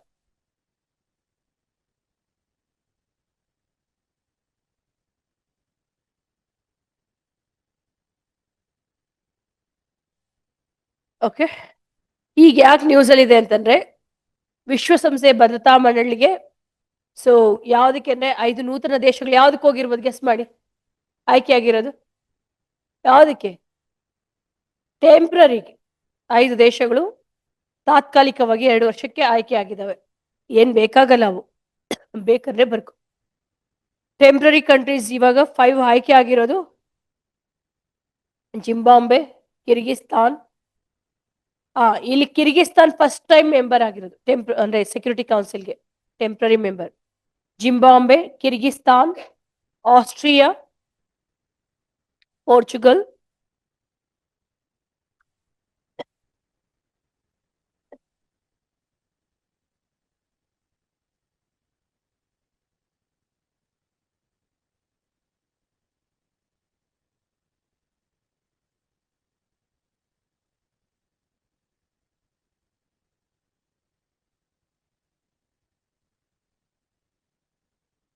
Austria, Portugal, ಮತ್ತೆ ಇನ್ನೊಂದು ಯಾವುದು?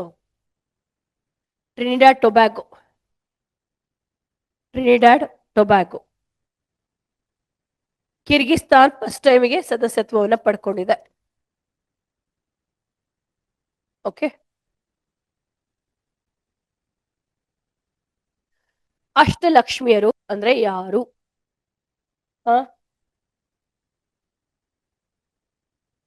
ಅಷ್ಟಲಕ್ಷ್ಮಿ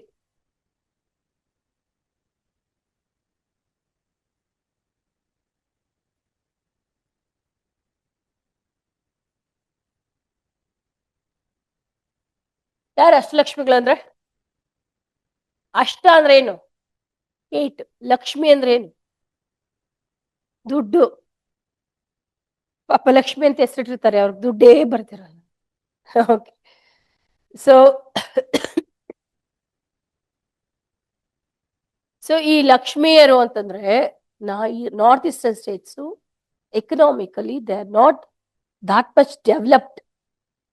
ಅಲ್ಲಿ ಡೆವಲಪ್ಮೆಂಟ್ ಅನ್ನ ಬಹಳಷ್ಟು ಸರ್ವಾಂಗೀಣ ಅಭಿವೃದ್ಧಿಯನ್ನ ತಗೊಂಡ್ ಬಂದು ಸಮೃದ್ಧಿಯನ್ನ ಸಾಧಿಸ್ಬೇಕು, ಪ್ರಗತಿ ಸಾಧಿಸ್ಬೇಕು ಅಂತ ಈಗ ಅಷ್ಟಲಕ್ಷ್ಮಿಯರು ಅಂತ ಕರೆದಿರೋದು. ನಮ್ಮ ಪ್ರಧಾನಿ ಒಂದು ಕೆಲಸ ಮಾಡ್ತಾರೆ, ಮಾಡಕ್ ಮುಂಚೆ ಹೆಸರು ಕೊಟ್ಬಿಡ್ತಾರೆ. ಓಕೆ, ಸೊ ಒಂದು ಅಜೆಂಡಾ ಇಟ್ಕೊಳ್ಳಿ. ಈಗ ವಿಕಸಿತ ಭಾರತ ಯಾವಾಗ ಆಗದ?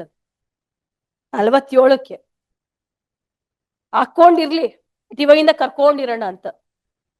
47ಕ್ಕಾಗ್ಲಿ ಅದು ಡೆವಲಪ್ಡ್ ನೇಷನ್. ನಾವು ಕರಿಯಕ್ಕೇನಂತ ವಿಕಸಿತ ಭಾರತ, ವಿಕಸಿತ ಭಾರತ. ಅದಕ್ಕೆ ಒಂದು ಇದಿದೆ, ಏನು ಅದು, you should also inculcate in your life, never ever speak negative about yourself ಅಂತ. ನಿಮ್ ಬಗ್ಗೆ ತಮಾಷೆಗೂ ಕೂಡ ನೆಗೆಟಿವ್ ಆಗಿ ಮಾತಾಡಬಾರ್ದು ಅಂತ.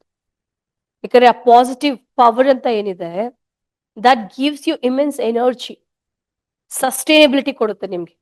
ಇಲ್ಲಾಂದ್ರೆ ಆ ನೆಗೆಟಿವ್ ಥಾಟ್ಸ್ ಬಂದಂಗೆಲ್ಲ it will destroy your peace of mind. ಕಷ್ಟ, ಈ ಎಕ್ಸಾಮ್ ಕಷ್ಟ, ಕ್ಲಾಸ್ ಅಟೆಂಡ್ ಮಾಡೋದ್ ಕಷ್ಟ, ಬೆಳಗ್ಗೆ ಎದ್ದು ಹೋಗೋದ್ ಕಷ್ಟ, ಅಯ್ಯೋ ಇವತ್ತು ಜ್ವರ ಇದೆ, ಇವತ್ತು ನೆಗಡಿ ಇದೆ, ಕೆಮ್ಮಿದೆ ಅಂದ್ರೆ ಎಲ್ಲ ಕಷ್ಟನೇ.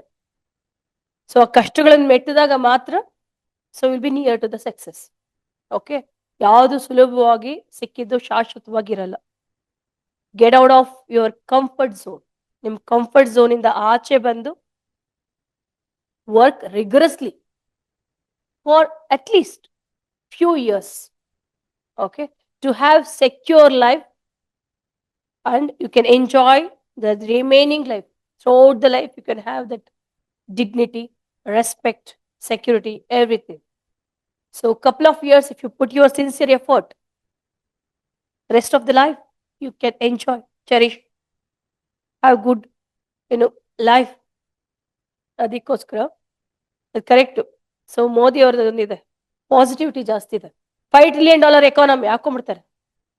Doubling the farmers income by 2020 ಹೋಗಿದೆ, ಡಬಲ್ ಏನೋ ಆಗಿಲ್ಲ, ಬಟ್ ಅಜೆಂಡಾ ಏನೋ ಇಟ್ಕೊಂಡ್ರಿ. ಓಕೆ, ಸೊ ಅದೇ ತರ ಬಯೋಫ್ಯೂಲ್ ನೋಡಿ ಪಾಸಿಟಿವ್ ಹೆಂಗೆ ಟರ್ನ್ ಔಟ್ ಆಗುತ್ತೆ ಅಂತ. ಸೊ ಬಯೋಫ್ಯೂಲ್ಸ್ ಅನ್ನ 20% ಬ್ಲೆಂಡ್ ಮಾಡಬೇಕು ಅಂತ 2030 ಇಟ್ಕೊಡಿ, ಆಲ್ರೆಡಿ ರೀಚ್ ಮಾಡಿ. ಸೊ ಮಿಷನ್ಗಳು ಮತ್ತೆ ಗ್ರೀನ್ ಹೈಡ್ರೋಜನ್ ಅಂತ ನೆನಪಿದ್ಯಾ ನಿಮ್ಗೆ? ಗ್ರೀನ್ ಹೈಡ್ರೋಜನ್ ಎಷ್ಟು? 5 million metric tons ಮಿಷನ್ ನೆನಪಿದ್ಯಾ 20 to 30? ಸೊ ಅದಕ್ಕೆ ವಿ ಆರ್ ನಿಯರಿಂಗ್. ಮತ್ತೆ ಇನ್ಯಾವ ಮಿಷನ್ ಹೇಳಿದೆ ನಾನು ನಿಮ್ಗೆ? ಇನ್ಯಾವ ಮಿಷನ್ ಹೇಳಿ ಹೋಗ್ಲಿ, ಪಂಚಾಮೃತ ನೆನಪಿದ್ಯಾ? ಏನ್ ಪಂಚಾಮೃತ ಅಂದ್ರೆ ಅದೇ ಹಾಲಿಗೆ ಎಲ್ಲ ಡ್ರೈ ಫ್ರೂಟ್ಸು ಹಣ್ಣು ಹಾಕೊಡ್ತೀನಿ ಅದಾ? ಮತ್ ವಾಟ್ 5 ಗೋಲ್ಸ್, ಪಂಚಾಮೃತ್ ಗೋಲ್ಸ್ ಅದೇನೇನಿದೆ ಅಂತಂದ್ರೆ so reducing carbon dioxide emission. Okay, ಎಷ್ಟು? 33% ಆಫ್ GDP. ಎರಡನೇದು ಫಾರೆಸ್ಟ್ ಕವರ್ ಎಷ್ಟಿರ್ಬೇಕು? 33%. ಫಾರೆಸ್ಟ್ ಪಾಲಿಸಿ ಏನ್ ಹೇಳುತ್ರಿ? ಯಾವ ಆಕ್ಟ್ ಕೆಳಗಡೆ 33% ಕಾಡು ಇರ್ಲೇಬೇಕು ಅಂತ ಹೇಳುದು? 1988 ಫಾರೆಸ್ಟ್ ಪಾಲಿಸಿ. 1986 ಅಲ್ಲಿ ಇರೋದು ಫಾರೆಸ್ಟ್ ರೈಟ್ಸ್ ಆಕ್ಟ್. ಎರಡಿದಾವೆ. ಸೊ ಅರಣ್ಯ ಹಕ್ಕುಗಳ ಕಾಯ್ದೆ 1986. ಸೊ ಅರಣ್ಯ ನೀತಿ 1988. ಅದ್ರ ಕೆಳಗಡೆ ಇದೆ ಒಂದು ದೇಶ. ಓಕೆ, ಸೊ ಒಂದು ಸ್ವಚ್ಛವಾದ ಪರಿಸರವನ್ನ ಹೊಂದಬೇಕು ಅಂದ್ರೆ ಮಿನಿಮಮ್ 33% ಕಾಡಿರ್ಬೇಕು ಅಂತ. ಇಂಟರ್ವ್ಯೂಲ್ ಕೇಳಿದ್ರು ಕ್ವಶನ್ ಎಷ್ಟಿರ್ಬೇಕು ಅಂತ, ಫಾರೆಸ್ಟ್ ಕವರ್ ಎಷ್ಟಿರ್ಬೇಕು ಅಂತ. 33% ಇರ್ಬೇಕು. ಆದ್ರೆ ನಮ್ಮಲ್ಲಿ ಎಷ್ಟಿದೆ? How much percentage we have? 20 ಹೇಳಿ ಶಿವು, 21 2 2%. ಮೊದಲು 21 ಇತ್ತು, ಈಗ have increased forest cover 22%, isn't it? So ಹೀಗೆ ಆದ್ರೆ ಇನ್ನೂ ಎಷ್ಟು ಕಮ್ಮಿ ಇದೆ ನೋಡಿ, 10%, 11% ಕಮ್ಮಿ ಇದೆ, ರೈಟ್? ಸೊ ಇವೆಲ್ಲ ಕೂಡ ಅಷ್ಟಲಕ್ಷ್ಮಿ ಅಂತಂದ್ರೆ comprehensive holistic development of north eastern states. Holistic development of north eastern states, ಈಶಾನ್ಯ ರಾಜ್ಯಗಳ ಸಮಗ್ರ ಅಭಿವೃದ್ಧಿ. ಯಾರ್ಯಾರು ಬರ್ತಾರೆ ನೋಡಿ ಅಷ್ಟಲಕ್ಷ್ಮಿಯರಲ್ಲಿ? ಅಸ್ಸಾಂ, ಮಣಿಪುರ್, ಮಿಜೋರಾಂ, ನಾಗಾಲ್ಯಾಂಡ್,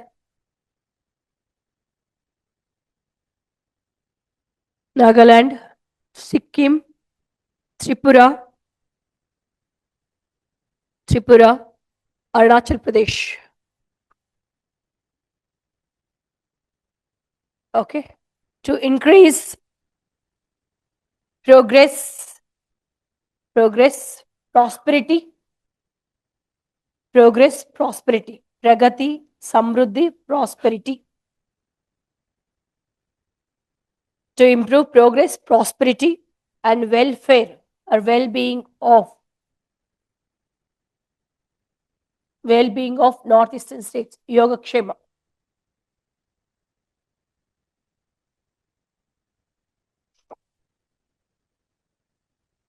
Okay, so ಅಷ್ಟಲಕ್ಷ್ಮಿ ಅಂತಂದ್ರೆ ಯಾವ ಕಾನ್ಸೆಪ್ಟ್ ಅಂತ ಕೇಳ್ಬೋದು ನಿಮ್ಗೆ.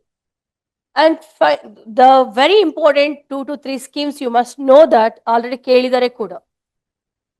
To improve this northeastern states already ಏನೋ ಸ್ಕೀಮ್ಸ್ ಬಂದಿದಾವಂದ್ರೆ ಯಾವುದು? Any schemes? ಒಂದು PM ಡಿವೈನ್. ಎರಡನೇದು ಯಾವ್ದು ಗೊತ್ತಾ? ಎರಡನೇದು ಯಾವುದು? ಪೂರ್ವೋದಯ ಯೋಜನೆ. ಬಜೆಟ್ ಅಲ್ಲಿ ಬಂದಿರ್ಲಿಲ್ವಾ?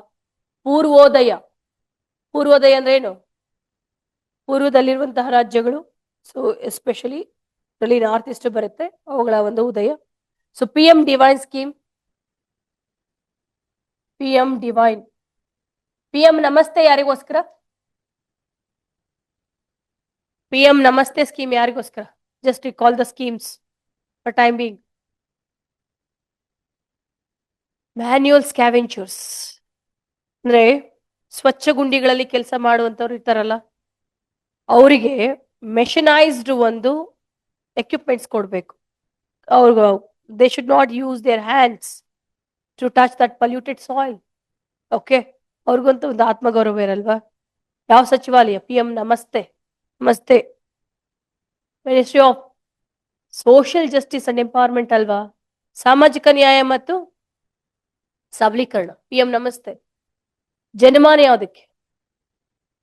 PM Janman. PVTG, particularly vulnerable tribal group.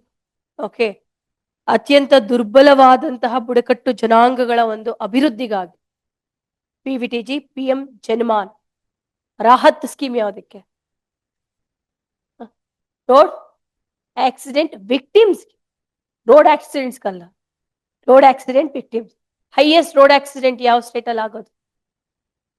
ಯಾಕೆ? Tamil Nadu, followed by Madhya Pradesh, followed by Kerala, ನಾಲ್ಕನೇದು ಕರ್ನಾಟಕ. ಅತಿ ಹೆಚ್ಚು ರಸ್ತೆ ಅಪಘಾತಗಳಾಗು. ಯಾಕಂದ್ರೆ ಮೂರಿದೆ ರೀ ರಸ್ತೆ ಅಪಘಾತಗಳು ಸಂಬಂಧಿಸಿದಾಗೆ. ಯಾಕೆ ಅಂದ್ರೆ PM ರಾಹತ್ ಸ್ಕೀಮ್ ನಾನು ನಿಮ್ಗೆ ಹೇಳಿದ್ದೀನಿ ಆಲ್ರೆಡಿ.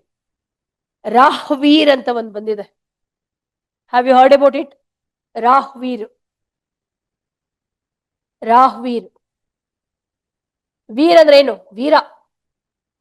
ಯಾರನ್ನ ಕಾಪಾಡೋ ವೀರ? ಏನ್ ಮಾಡ್ತೀವಿ ಅಂದ್ರೆ ನಾವು ಸಾಮಾನ್ಯವಾಗಿ ಆಕ್ಸಿಡೆಂಟ್ ಆಗಿದೆ ಅಂದ್ರೆ ಅಲ್ಲಿ ಹೋಗಿ ವಿಡಿಯೋ ಮಾಡ್ತಿರ್ತೀವಿ. ರಕ್ತ ಹೆಂಗ್ ಫೌಂಟೇನ್ ತರ ಚಿಮ್ತಾ ಇದೆ ಅಂತ, ಅಯ್ಯೋ ರಕ್ತ ನೋಡಿ ಹೆಂಗ್ ಚಿಮ್ತಾ ಇದೆ ಅಂತ ವಿಡಿಯೋ ಮಾಡೋರೇ ಜಾಸ್ತಿ. ಹತ್ರ ಹೋಗಲ್ಲ. ಅಯ್ಯೋ ನಂಗೆ ರಕ್ತ ಕಂಡ್ರೆ ಎದಕ್ಕೆ ಕೆಲವ್ರು ಹೇಳೋ ರೀಸನ್. ಇನ್ನು ಕೆಲವರು ಅಯ್ಯೋ ಪೊಲೀಸ್ ಕೇಸ್ ಎಲ್ಲ ಆದ್ರೆ ಸುಮ್ಮನೆ ಕೋರ್ಟ್ ಕಚೇರಿ ಅಲ್ಲಿ ಬೇಕಾಗುತ್ತೆ, ಯಾಕೆ ಬೇಕು? ಇಲ್ಲಪ್ಪ ನಮ್ಮ ವೆಹಿಕಲ್ ಎಲ್ಲ ಫುಲ್ಲು ಗಲೀಜಾಗ್ಬಿಡುತ್ತೆ. ಇಷ್ಟು ಮನುಷ್ಯ ಹೋಗ್ತಾ ಹೋಗ್ತಾ, ಕುವೆಂಪು ಹೇಳ್ತಾರಲ್ಲ, ಮನುಷ್ಯ ಹುಟ್ಟಿದ ತಕ್ಷಣ ಹೆಂಗಿರ್ತಾನೆ? ವಿಶ್ವಮಾನವನಾಗಿರ್ತಾನೆ, ಬೆಳೀತಾ ಬೆಳೀತಾ ಅಲ್ಪಮಾನವನಾಗ್ತಾನೆ ಅಂತ. ಓಕೆ, ಸೊ ಈ ಅಲ್ಪತನ ಬಂದ್ಬಿಡುತ್ತೆ, ಅಲ್ಪತ್ವ. ಹಾಗಾಗಿ so we want rescue the victims. ಅದಕ್ಕೆ ದೆಹಲಿ ಏನ್ ಹೇಳ್ತು ಗೊತ್ತಾ? ನೋಡ್ರಪ್ಪ, ನಿಮ್ಗೆ ಏನು ಅಂತ ಸಮಸ್ಯೆ ಆಗಲ್ಲ. ಯಾರಾದ್ರೂ ರೋಡಲ್ಲಿ ಈ ತರ ಆಕ್ಸಿಡೆಂಟ್ ಆಗಿದ್ರೆ, ಓಕೆ, ವಿಕ್ಟಿಮ್ಸ್ ಇದ್ರೆ ಅವ್ರನ್ನ ಕಾಪಾಡಿ ಆಸ್ಪತ್ರೆಗೆ ಸೇರಿಸಿ. ನಿಮಗೆ ಸೊ ಲೆಟರ್ ಆಫ್ ಅಪ್ರಿಸಿಯೇಷನ್ ಕೊಡ್ತೀವಿ. ಕೋರ್ಟ್ ಕಚೇರಿಗೆ ಅಲ್ಸಲ್ಲ, ದುಡ್ಡು ಕೊಡ್ತೀವಿ. ನೀವು ರಿಪೀಟೆಡ್ ಆಗಿ ಈ ತರ ಹೆಲ್ಪ್ ಮಾಡ್ತಿದ್ರೆ ಸೊ ನಿಮ್ಮ ಒಂದು ಅವಿಸ್ಮರಣೀಯವಾದ ಕೊಡುಗೆಯನ್ನ ಶ್ಲಾಘಿಸಿ ಕ್ಯಾಶ್ 1 ಲಕ್ಷ ರೂಪಾಯಿ ಕೊಡ್ತೀವಿ. ಇದು ರಾಹ್ವೀರ್. PM ರಾಹತ್ ಅಂದ್ರೆ ಸೊ ರೋಡ್ ಆಕ್ಸಿಡೆಂಟ್ ಆಗಿರುವಂತಹ ಸಂತ್ರಸ್ತರು ಏನಿರ್ತಾರಲ್ಲ, ಬ್ಲೀಡಿಂಗ್ ಆಗಿ ಕೈ ಕಾಲು ಕಟ್ಟಾಗಿ, ಅಂತವರಿಗೆ ಉಚಿತವಾಗಿ ಚಿಕಿತ್ಸೆ. ಎಷ್ಟು ಲಕ್ಷ? 1.5 ಲಕ್ಷ ಅಷ್ಟು ರೂಪಾಯಿ. ಎಷ್ಟು ದಿನದವರೆಗೂ? 7 days. ಫಸ್ಟ್ 7 days ಕೊಡ್ತಾರೆ. ಓಕೆ, ಯಾವ ministry? Home ministry, ministry of road and transportation. So agency ಇದೆ, ನೋಡಲ್ ಏಜೆನ್ಸಿ ಬೇರೆ ಯಾವ್ದಿದೆ? National health agency. ಎರಡೂ PM ರಾಹತ್. ಯಾಕಂದ್ರೆ ನನಗೆ ಐ ರಿಯಲಿ ಏನು guess that these questions may arise schemes ಇಂದ ಕೇಳ್ಬೇಕಾದ್ರೆ. ಬಜೆಟ್ ಅಲ್ಲಂತೂ ವೆರಿ ಪ್ರೆಡಿಕ್ಟಬಲ್. ಆ PM ವಿಸ್ತಾರನ ಬಿಡಲ್ಲ. ವಿಸ್ತಾರ ಆಲ್ರೆಡಿ ಬಂದಾಗಿದೆ, 3 ಎಕ್ಸಾಮ್ಸ್ ಬಂದಾಗಿದೆ. PM ವಿಸ್ತಾರನ ಬಿಡಲ್ಲ. ನಮ್ ಕರ್ನಾಟಕ ಬಜೆಟ್ ಬಂದ್ರೆ ಹೊಸದಾಮೃತನ್ ಬಿಡ್ತಿಲ್ಲ. ಇಟ್ ಸೌಂಡ್ ಸಮಥಿಂಗ್ ಯೂನಿಕ್ ಅಲ್ವಾ? ಫಸ್ಟ್ ಟೈಮ್ ಈ ಸತಿ ಅದೇ ಕಾಂಗ್ರೆಸ್ ಸರ್ಕಾರ ಅಂದಾಗ ಹೊಸದಾಗ ಏನು ಬಂದಿರಲ್ಲ ಜಾಸ್ತಿ. ಹಳೆದೇ ಅಂದ್ರೆ ಹಳೆದೇ ಇರ್ತವೆ. ಈ ತರ ಹೊಸದಾಗ ಬಂದಾಗ it sounds different. They ask question. ಮಕ್ಳು ಗೆಸ್ ಮಾಡಕ್ ಆಗ್ದಂಗೆ ನಿಯರ್ ಬೈ ಒಂದು ಆಪ್ಷನ್ಸ್ ಅನ್ನ ಕೊಡ್ತಾರೆ. ಓಕೆ, ರಾಹ್ವೀರ್ ಒಂದಂತ ಹೇಳ್ದೆ, ದುಡ್ಡು ಕೊಡೋದು ಯಾರಿಗೆ? ಕಾಪಾಡ್ದವ್ರಿಗೆ.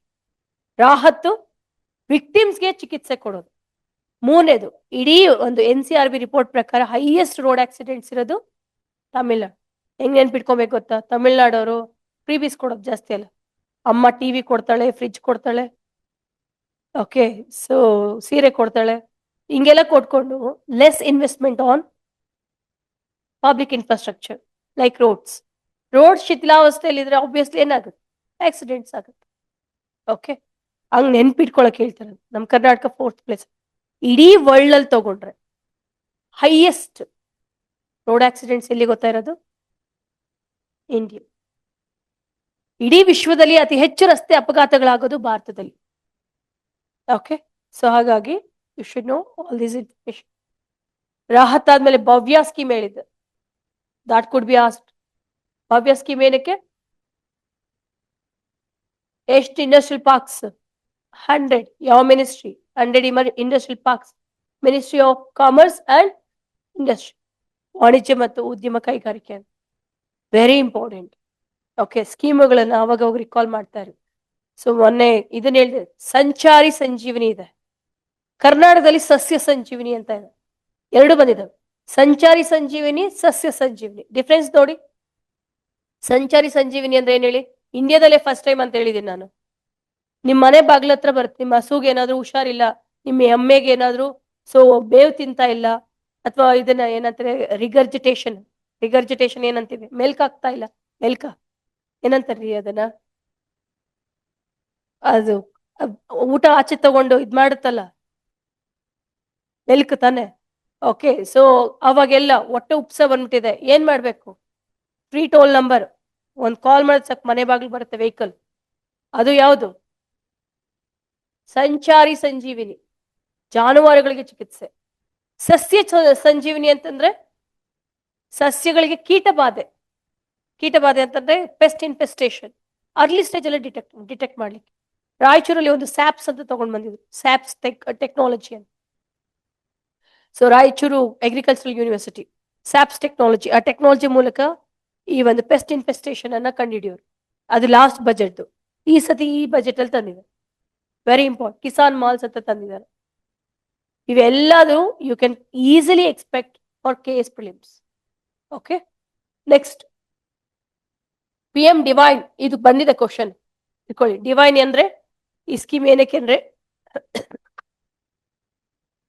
100% sponsored by the centre.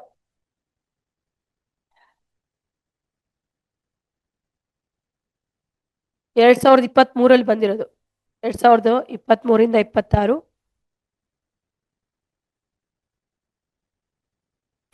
for comprehensive development of eastern north eastern states, ಈಶಾನ್ಯ ರಾಜ್ಯಗಳ ಒಂದು ಸರ್ವತೋಮುಖ ಅಭಿವೃದ್ಧಿಗಾಗಿ. ಸರ್ವತೋಮುಖ ಅಭಿವೃದ್ಧಿಗಾಗಿ. ಇನ್ನೊಂದು ನೇಸಿಟ್ಸ್ ಅಂತ ನೀವೇ ಹೇಳ್ಬೋದು. ನೇಸಿಟ್ಸ್ ಅಂದ್ರೆ ಏನು? ನೇಸಿಟ್ಸ್ ಗೆಸ್ ಮಾಡಿ, ಎಲ್ಲದನ್ನು ಬಹ್ಯಾಟ್ ಹಾಕ್ಬೇಡಿ. ಎನಿ ಅಂದ್ರೆ ಏನು? North East. Okay, north eastern States. I ಅಂದ್ರೆ ಏನಿರ್ಬೋದು? IDS ಅಂದ್ರೆ ಹಂಗೆ ಗೆಸ್ ಮಾಡಿ. IDS, ಇನ್ಫ್ರಾಸ್ಟ್ರಕ್ಚರ್ ಡೆವಲಪ್ಮೆಂಟ್ ಸ್ಕೀಮ್ ಅಷ್ಟೇ. ಸೊ ಈಶಾನ್ಯ ರಾಜ್ಯಗಳಲ್ಲಿ ರಸ್ತೆ, ರೈಲ್ವೆ, ಬಂದರು, ಏರ್ಪೋರ್ಟ್, ಸೇತುವೆ, ಇಂತಹ ಒಂದು ಮೂಲ ಸೌಕರ್ಯಗಳನ್ನು ಅಭಿವೃದ್ಧಿ ಪಡಿಸೋದು north eastern States infrastructure development scheme.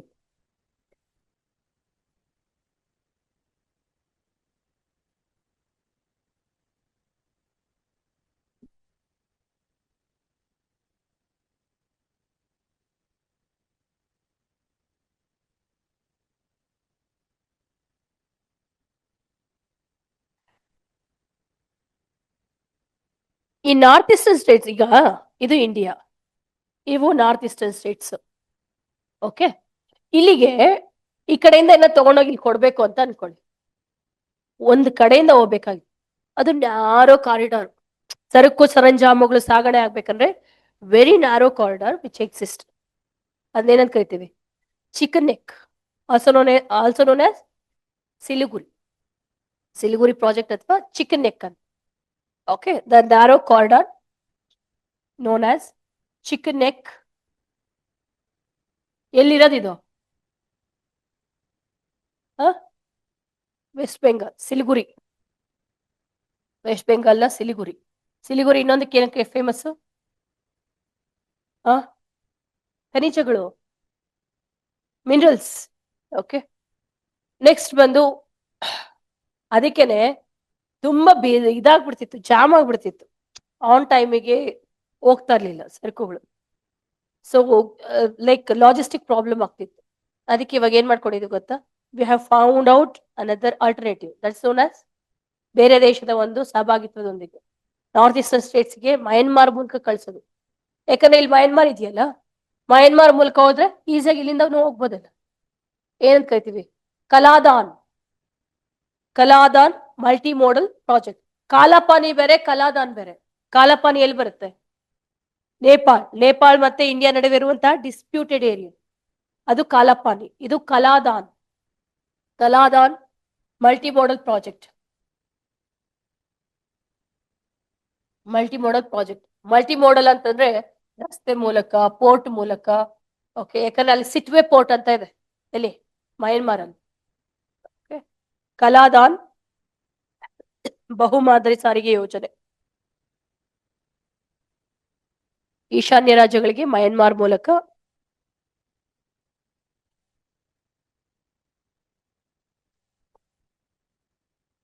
ಸಾರಿಗೆ ಮೂಲಕ ಸೌಕರ್ಯ ಕಲ್ಪಿಸೋದು.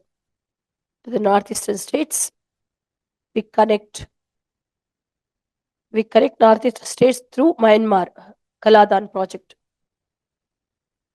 Okay. ಇನ್ನೊಂದು IMT ಅಂತ ಇದೆ, ಅದರ ಮೂಲಕನು. So anyway, that's important. Next ಬಂದು Mahajal mission. ಮಹಾಜಲ್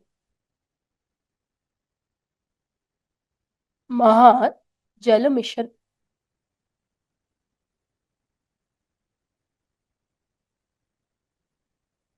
ಮಹಾಜಲ್ mission. Last class ಅಲ್ಲಿ ನಿಮ್ಗೆ ಹೇಳ್ದೆ ಜನ ಸಂಚಾಯಿ ಜನಭಾಗಿದಾರಿ ಅಂತ ಹೇಳಿದಿನ. ಏನದು ಜನಸಂಚಾರಿ ಜನಭಾಗಿದಾರಿ ಅಂದ್ರೆ ಅರ್ಥ ಏನು? ಜನರ ಒಂದು ನೇತೃತ್ವದಲ್ಲೇನೆ ಈ ಒಂದು ಅಂತರ್ಜಲವನ್ನ ನಾವು ಕಾಪಾಡಬೇಕು. ಕೃತಕ. ಮತ್ತೆ ಇನ್ನೊಂದು ಹೇಳಿದ್ದೀನಿ, ನೀರುದು. ಇದನ್ನ ಮೋಸ್ಟ್ಲಿ ತುಂಬಾ ಕೇಳೋ ಚಾನ್ಸಸ್ ಇದೆ. ಇಂಡಿಯಾದಲ್ಲೇ first time national water AI and digital summit ಅಂತ, ಅಂದ್ರೆ AI ಮತ್ತೆ ಡಿಜಿಟಲ್ ವಾಟರ್ ಸಮಿಟ್ ಅಂತ ಎಲ್ಲಾಗಿದ್ದು ಬೆಂಗಳೂರಲ್ಲಿ ಕಂಡಕ್ಟ್ ಮಾಡಿದ್ಯಾರು? BWSSP. ಓಕೆ, ಕೇಳ್ಬೋದು. ಭಾರತದಲ್ಲೇ ಮೊದಲ ಬಾರಿಗೆ AI ಮತ್ತೆ ಡಿಜಿಟಲ್ ವಾಟರ್ ಸಮಿಟ್, ಅಂದ್ರೆ ವಾಟರ್ ಸಮಿಟ್ ಮಾಡ್ತಿದ್ದೀವಿ, ಅರೆ ಡಿಜಿಟಲ್ ಮತ್ತೆ AI ಸಮಿಟ್ ಅಂದ್ರೆ ಕೃತಕ ಬುದ್ಧಿಮತ್ತೆ ಯೂಸ್ ಮಾಡ್ಕೊಂಡು, ಡಿಜಿಟಲ್ ಇನ್ಫ್ರಾಸ್ಟ್ರಕ್ಚರ್ ಯೂಸ್ ಮಾಡ್ಕೊಂಡು ನೀರನ್ನ ಯಾವ ರೀತಿ ನಾವು ಸಂರಕ್ಷಣೆ ಮಾಡೋದು ಅನ್ನೋದು. BWSSP ವೆರಿ ಇಂಪಾರ್ಟೆಂಟ್, ಅದನ್ನ ಕೇಳ್ಬೋದು. ಸೊ ಮಹಾಜಲ್ ಮಿಷನ್ ಅಂತ. ಮಹಾ ಅಂದ್ರೆ ಏನ್ ಗೊತ್ತಾ? ಅಬ್ರಿವೇಷನ್ ಬರ್ಕೊ. Mission for advancement in high impact areas.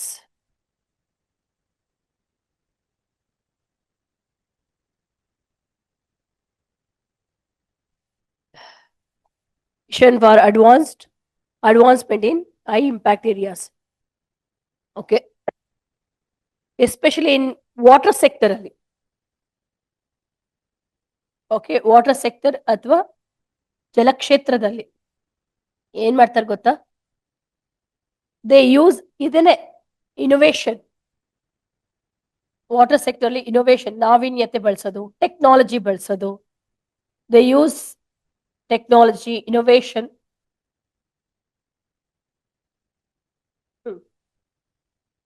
And AI ಎಲ್ಲ ಬಳಸಿ ನೀರನ್ನ ಗರಿಷ್ಠ ಪ್ರಮಾಣದಲ್ಲಿ ಸಂರಕ್ಷಣೆ ಮಾಡೋದು. ಕೇಂದ್ರ ಸರ್ಕಾರ ಇದನ್ನ ಶುರು ಮಾಡಿರೋದು.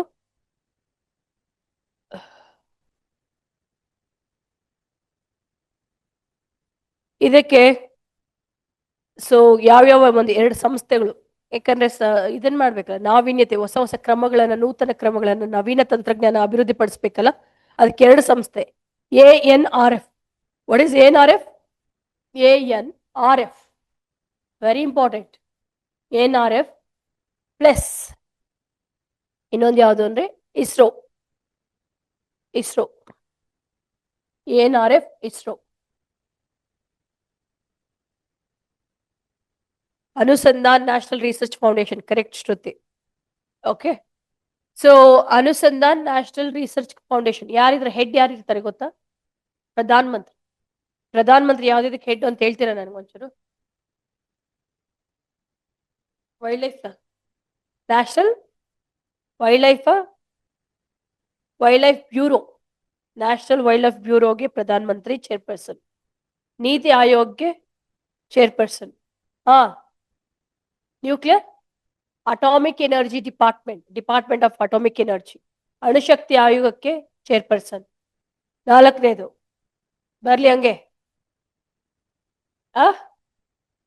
ಇಂಟರ್ ಸ್ಟೇಟ್ ಕೌನ್ಸಿಲ್, ಅಂತಾರಾಜ್ಯ ಮಂಡಳಿ, ಸೊ ಅದಕ್ಕೆ ಚೇರ್ಪರ್ಸನ್. ಆಮೇಲೆ ಐಕ್ಯತಾ ಮಂಡಳಿ, integration council, very good, national integration council chairperson. ಮತ್ತೆ NDRF, ಡಿಸಾಸ್ಟರ್ ಮ್ಯಾನೇಜ್ಮೆಂಟ್, ಓಕೆ, ವಿಪತ್ತು ನಿರ್ವಹಣೆ, ಇದಕ್ಕೂ ಕೂಡ. ಗಂಗಾ ಅಥಾರಿಟಿ, ಕೇಳಿದಿರ ಗಂಗಾ ಅಥಾರಿಟಿ, ಗಂಗಾ ಪ್ರಾಧಿಕಾರ, ಇವೆಲ್ಲದಕ್ಕೂ ಕೂಡ PM ಇಸ್ ದ ಚೇರ್ಪರ್ಸನ್, ನೆನ್ಪಿಟ್ಕೋಬೇಕು. ಸೊ ANRF ಅಂದ್ರೆ ಅನುಸಂಧಾನ. ಈಗ ಜೈ ಜವಾನ್ ಜೈ ಕಿಸಾನ್ ಅಂದಿದ್ಯಾರು? Said this, Lal Bahadur Shastri. ಜೈ ಜವಾನ್ ಜೈ ಕಿಸಾನ್ ಜೈ ವಿಜ್ಞಾನ್ ಅಂದಿದ್ಯಾರು? ಅಟಲ್ ಬಿಹಾರಿ ವಾಜಪೇಯಿ. ಜೈ ಜವಾನ್ ಜೈ ಕಿಸಾನ್ ಜೈ ವಿಜ್ಞಾನ್ ಜೈ ಅನುಸಂಧಾನ್. ವಾಟ್ ಈಸ್ ಅನುಸಂಧಾನ್? ಅನುಸಂಧಾನ್ ಅಂದ್ರೆ ಏನು? This is called imposition of Hindi. ಏನ್ ಮಾಡುದು? ಹಿಂದಿ ಇಂಪೋಸಿಷನ್ ಅಲ್ವೇನ್ರಿ? ನೋಡಿ, ನಮ್ಮ ಮಕ್ಕಳಿಗೆ ಯಾರಿಗೂ ಗೊತ್ತಿಲ್ಲ ಅನುಸಂಧಾನ್ ಅಂದ್ರೆ ಏನು, ಹಾಕೊಂಡ್ಬಿಟ್ರ ಅವ್ರು. ಓಕೆ, ಸೊ ಜೈ ಜವಾನ್ ಕಿಸಾನ್ ಎಲ್ಲ ಅರ್ಥ ಆಗುತ್ತೆ, ಅನುಸಂಧಾನ ಯಾರಿಗ ಅರ್ಥ ಆಗುತ್ತೆ? ಯಾರಿಗ ಅರ್ಥ ಆಯ್ತು ಹೇಳಿ ನೋಡೋಣ? ಸಂಶೋಧನೆ ನಾವೀನ್ಯತೆಗೆ ಅನುಸಂಧಾನ ಅಂತ ಕರಿತೀವಿ. ಓಕೆ, ಸೊ ಇದಕ್ಕೆ ಹೆಡ್ ಇದ್ದಾರೆ, ಅಂದ್ರೆ ANRFಗೆ ಫಂಡ್ ಕೂಡ ಇಟ್ಟಿದ್ದಾರೆ. ಈಗ ಚೈನಾಗೆ ಅಮೆರಿಕಾಗೆ ಹೋಲಿಸ್ಕೊಂಡ್ರೆ ನಾವು ರಿಸರ್ಚ್ಗೆ ತುಂಬಾ ಕಡಿಮೆ ಇಟ್ಟಿರೋದು. ನೋಡ್ರಿ, ನಮ್ ಡಿಜಿ ಬೋರ್ಡೇ ಬೇಕು ಅಂದ್ರೆ ಕಂಡಿಡ್ಕೊಂಡಿದ್ ತಾನೇ ಬಂತು. ರಿಸರ್ಚ್ ಮಾಡಿ ನೋಡಿದ್ರು, ಈ ತರ ಡಿಜಿ ಬೋರ್ಡ್ ಅಲ್ಲಿ ನಾವು ಬರಿಬಹುದು, ಸೊ ಇಂಟರ್ನೆಟ್ ಅಲ್ಲಿ ಮೂಲಕ ಎಲ್ಲರಿಗೂ ಕ್ಲಾಸ್ಗಳನ್ನು ಪ್ರೊವೈಡ್ ಮಾಡ್ಬೋದು. ಸಂಶೋಧನೆ ಮಾಡಿದಕ್ಕೆ ತಾನೇ ಇದಕ್ಕೆ ಪ್ರತಿಫಲ ಸಿಗ್ತಾ ಇರೋದು.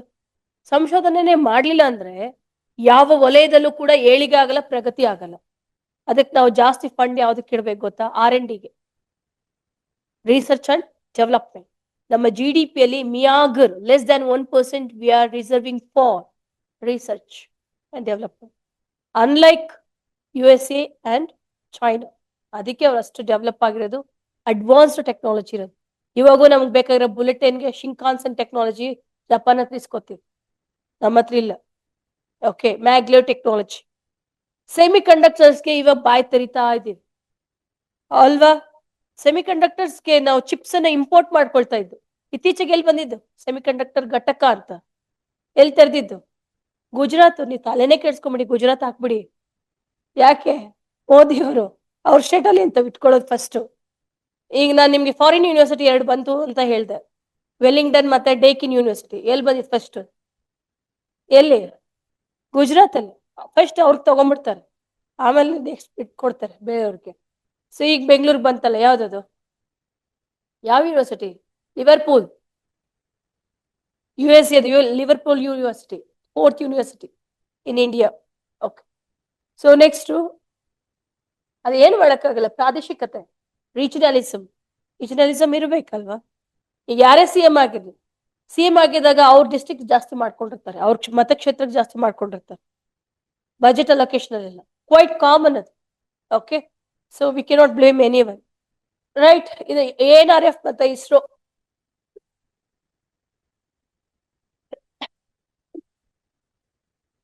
ಇವೆರಡು ತಂದಿರೋದು, ಜಂಟಿಯಾಗಿ ತೊಡಗಿಸ್ಕೊಂಡಿದ್ದಾವೆ. ಜಲಸಂಪನ್ಮೂಲಗಳ ಮೌಲ್ಯಮಾಪನ ಮಾಡ್ತಾರೆ. First evaluation of water resources using technology, satellite technology, using satellite technology. ANRF ಯಾವಾಗ ಬಂದಿರೋದು ಗೊತ್ತಾ? 2023 ANRF ರಿಸರ್ಚ್ ಅನ್ನ ಪ್ರಮೋಟ್ ಮಾಡ್ಲಿಕ್ಕೆ 2023, which act as a connecting bridge between educational institutions. ANRF ಬಗ್ಗೆ ಬರ್ಕೊಳ್ಳಿ, ಮೊನ್ನೆ ಯಾವ್ದೋ KEL ಎಕ್ಸಾಮ್ಗೆ ಕ್ವಶನ್ ಆಗಿತ್ತು. ANRF ಅಂದ್ರೆ ಅನುಸಂಧಾನ್ ನ್ಯಾಷನಲ್ ರಿಸರ್ಚ್ ಫೌಂಡೇಶನ್, ಕನ್ನಡದಲ್ಲಿ ಅನುಸಂಧಾನ್ ರಾಷ್ಟ್ರೀಯ ಸಂಶೋಧನಾ ಪ್ರತಿಷ್ಠಾನ. 2023 ಕಾಯ್ದೆ ಅಡಿ ಬಂದಿದ್ರೆ ಏನಂತ ಅರ್ಥ ಇದು? ಸ್ಟ್ಯಾಟ್ಯೂಟರಿ ಬಾಡಿ, ಶಾಸನಾತ್ಮಕ ಸಂಸ್ಥೆ.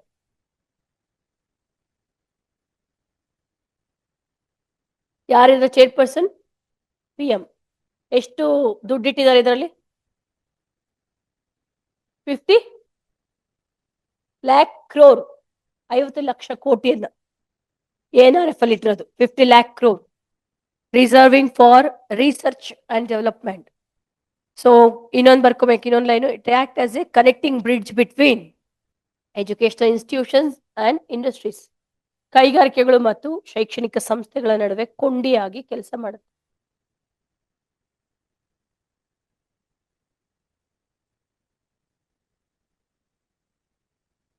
ರೈಟ್.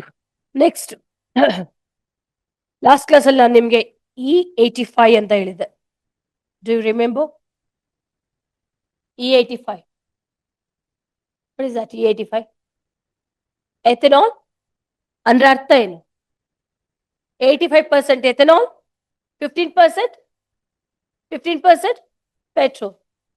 85% ethanol, 15% petrol. ಓಕೆ, ಇದನ್ನ E85 ಅಂತ ಕರಿತೀವಿ. ಈಗ ನಿಮ್ಮ ಇದಕ್ಕೆ ನಿಮ್ಮಲ್ಲಿರೋ ಬೈಕ್ಗಳಿದಾವಲ್ಲ, ಇದಕ್ಕೆ ಹಾಕೋಣ 85% ಎಥೆನಾಲ್ ಹಾಕೋಣ, ಹೋಗುತ್ತಾ ಮುಂದಕ್ಕೆ? ಹೋಗಲ್ಲ. ಅದಕ್ಕೆ ಏನ್ ಮಾಡ್ತಿದ್ದಾರೆ ಗೊತ್ತಾ? ಅಂದ್ರೆ ನಮ್ಮ ಒಂದು ಕಾಮರ್ಸ್ ಅಂಡ್ ಇಂಡಸ್ಟ್ರಿ ಮಿನಿಸ್ಟ್ರಿ ಹೇಳಿದ್ದಾರೆ, ನೋಡ್ರಪ್ಪ, ಇನ್ನು ಮೇಲೆ ಏನ್ ಮ್ಯಾನುಫ್ಯಾಕ್ಚರ್ ಮಾಡ್ತಿರಲ್ಲ ವೆಹಿಕಲ್ಸ್, ಅವು ಹೆಂಗಿರ್ಬೇಕು ಗೊತ್ತಾ? ಫ್ಲೆಕ್ಸಿ ಫ್ಯೂಯಲ್ ವೆಹಿಕಲ್ಸ್ ಅಂತ. ಫ್ಲೆಕ್ಸಿ ಅಂದ್ರೆ ಏನು? ಫ್ಲೆಕ್ಸಿಬಲ್, ಯಾವ್ದು ಹಾಕಿದ್ರು ಓಡ್ಬೇಕು. ಓಕೆ, ನಾನು ನಿಮ್ಗೆ ಐಸೋಬ್ಯುಟನಾಲ್ ಹೇಳಿದ್ದೆ, ನೆನ್ಪಿದ್ಯಾ? ವೈ ಐಸೋಬ್ಯುಟನಾಲ್? ಡೀಸೆಲ್ ನ ಮಿಕ್ಸ್ ಮಾಡೋದು. ಡೀಸೆಲ್ ಜೊತೆ ಎಷ್ಟು ಪರ್ಸೆಂಟ್ ಮಿಕ್ಸ್ ಮಾಡೋದು? 15%. Please remember. ಸೊ ಇದು E20 ಅಂತ ಇದೆ. E20 ಅಂದ್ರೆ 20% ಎಥೆನಾಲ್, 80% ಪೆಟ್ರೋಲ್. 20% ಎಥೆನಾಲ್ ಹಾಕಿದ್ರು ಓಡ್ಬೇಕು, 50% ಹಾಕಿದ್ರು ಓಡ್ಬೇಕು, ನಿಲ್ಲಂಗಿಲ್ಲ. ಓಕೆ, ಸೊ ಅಂತ ಒಂದು ಫ್ಲೆಕ್ಸಿ ಫ್ಯೂಯಲ್ ವೆಹಿಕಲ್ಸ್ ಅನ್ನ ಮ್ಯಾನುಫ್ಯಾಕ್ಚರ್ ಮಾಡಿ ಅಂತ ಕೇಂದ್ರ ಸರ್ಕಾರ ನಿರ್ದೇಶನ ನೀಡಿದೆ. ಇಂಡಿಯಾದಲ್ಲಿ first company which is that Maruti Suzuki taken up this initiative to manufacture flexi fuel vehicles. Maruti Suzuki.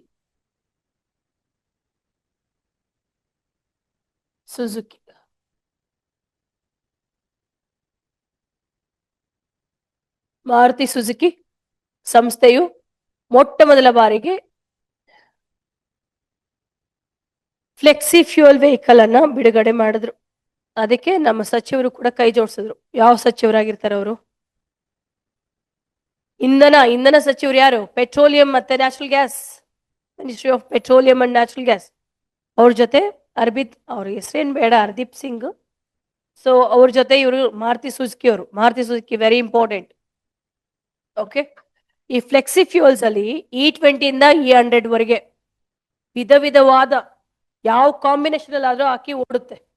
E20 to E100 ಯಾವ್ದು ಹಾಕಿದ್ರು ಮುಂದಕ್ಕೆ ಓಡ್ಬೇಕು. ಡೆಲ್ಲಿಲಿ ಏನ್ ಮಾಡಿದಾರೆ ಗೊತ್ತಾ? ಇನ್ಮೇಲೆ ಸ್ಟ್ರಿಕ್ಟ್ ವಾರ್ನಿಂಗ್, ಎಲ್ಲರೂ ಕೂಡ ಎಂತ ವೆಹಿಕಲ್ಸ್ ನ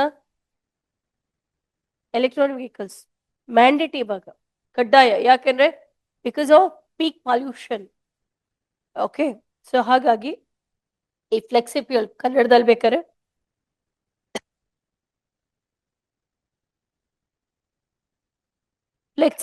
ಫ್ಲೆಕ್ಸಿ ಅಂತಂದ್ರೆ ಏನಪ್ಪಾ ಅಂದ್ರೆ ಏನಂತ ಹೇಳ್ತೀವಿ? ನಮ್ಯತೆ ಇರುವಂತಹ.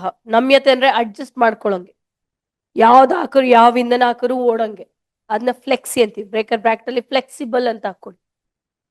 ಫ್ಲೆಕ್ಸಿ ಫ್ಯೂಯಲ್ ವೆಹಿಕಲ್ಸ್ ಯಾವ್ದಾಕರು ಒಂದೇ ಇಂಧನ ಟ್ಯಾಂಕ್, ಒಂದೇ engine. Okay, so engine tank ಇರಬೇಕು. ರೈಟ್. ನಿಮ್ಗೀಗ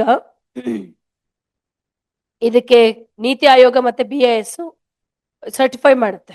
ನೀತಿ ಆಯೋಗ ಮತ್ತೆ BIS ಫ್ಲೆಕ್ಸಿ ಫ್ಯೂಯಲ್ ವೆಹಿಕಲ್ಸ್ ನ ಸರ್ಟಿಫೈ ಮಾಡೋ ಸಂಸ್ಥೆ. ನೋಡಿ, ನಮ್ಮಲ್ಲಿ ಇದಕ್ಕೆ ಬಯೋಫ್ಯೂಯಲ್ ಸಂಬಂಧಿಸಿದ ಹಾಗೆ ಫಸ್ಟ್ ಬಯೋಫ್ಯೂಯಲ್ ಪಾಲಿಸಿ ಅಂತ ಬಂತು. ಯಾವಾಗ ಬಂದಿದ್ದು? 2018 ಅಲ್ಲಿ ಬಂತು. ಜೈವಿಕ ಇಂಧನ ನೀತಿ ಅಂತ. ಆಬ್ಜೆಕ್ಟಿವ್ ಏನಿತ್ತು ಗೊತ್ತಾ? We have to blend petrol with 20% of ethanol by 2030. 2030ಕ್ಕೆ 20% ಬ್ಲೆಂಡಿಂಗ್ ಮಾಡಬೇಕು ಅಂತ. EBP, ethanol blended petrol, EBP ಮಾಡಬೇಕು ಅಂತ. ethanol blended petrol, isn't it? ಆದ್ರೆ ಏನಾರು ಟಾರ್ಗೆಟ್ ಇಟ್ಕೊಂಡು ಬೇಗ ಅಚೀವ್ ಮಾಡಿದ್ರೆ ಇದ್ದಾರೆ. ಈಗ 5 year ಪ್ಲಾನ್ಸ್ ನೀವು ನೋಡಿದ್ರಲ್ಲ, ಪಂಚವಾರ್ಷಿಕ ಯೋಜನೆಗಳು ಎಲ್ಲ ಧೂಳು ಹಿಡಿದಿರೋದೆ.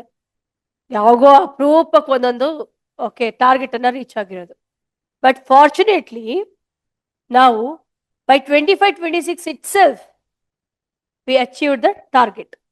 20% blend ಮಾಡ್ಬಿಟ್ಟು. ಓಕೆ, ಸೊ ಹಾಗಾಗಿ 25-26ಗೆನೆ ಅಮೆಂಡ್ಮೆಂಟ್ ತಗೊಂಡು ಬಂದ್ವಿ. 26 reached the target of 20%.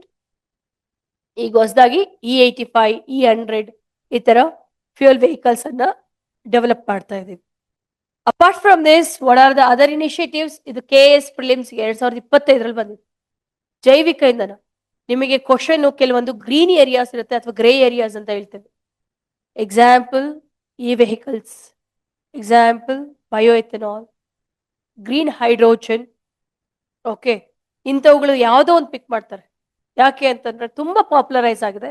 ಆದ್ರೆ ಪಾಪ್ಯುಲರೈಸ್ ಆಗಿರೋ ಪಾಯಿಂಟ್ಸ್ ಕೇಳಲ್ಲ, ಅದು ಬಿಟ್ಟು ಸ್ವಲ್ಪ ಒಳಕ್ಕೆ ಹೋಗ್ತಾರೆ. You remember this. ಎಲ್ಲ ನಿಮ್ಗೆಲ್ಲ ಗೊತ್ತಿರೋದನ್ನಂತೂ ಕೇಳಲ್ಲ, ಸ್ವಲ್ಪ ಡೀಪ್ ಕೇಳ್ತಾರೆ.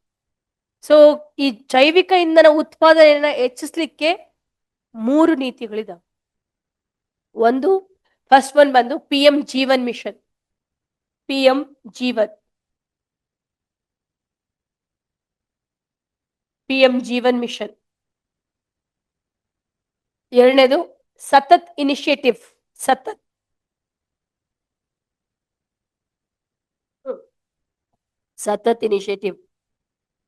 ಸತತ್ ಇನಿಷಿಯೇಟಿವ್.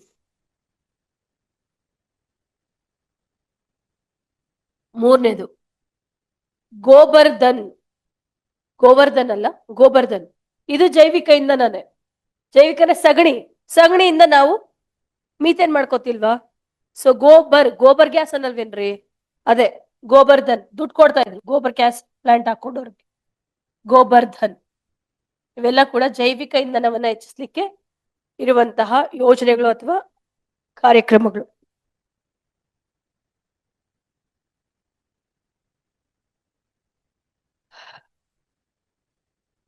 ಮಾರುತಿ ಸುಜುಕಿ ಕೇಳಬಹುದು, ಯಾವುದಕ್ಕೆ? ಗ್ರೂಪ್ ಸಿ ಲೆವೆಲ್ಗೆ. Should remember this.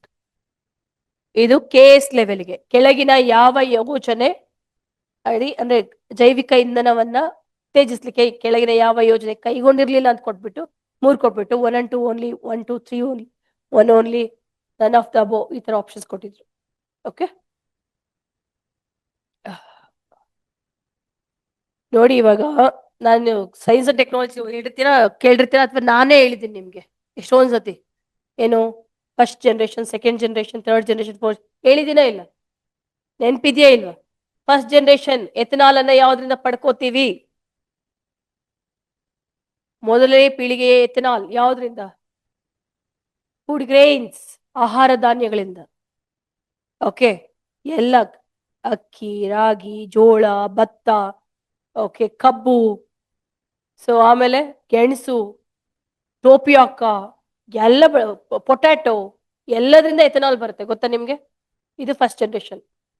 ಎಥನಾಲ್ ಕೊಟ್ಬಿಟ್ರೆ ನಾವು ಗಾಡಿ ಓಡ್ಸಕ್ ಹಾಕೊಂಡ್ರೆ ಈ ಗಾಡಿ ಏನ್ ಮಾಡೋದು? ತಿನ್ನಕ್ ಏನ್ ಮಾಡೋದು ಅಲ್ವೇನ್ರಿ? ಅದಕ್ಕೆ we are switching over to the second generation. Second generation ಯಾವುದು? ಫಾಡರ್.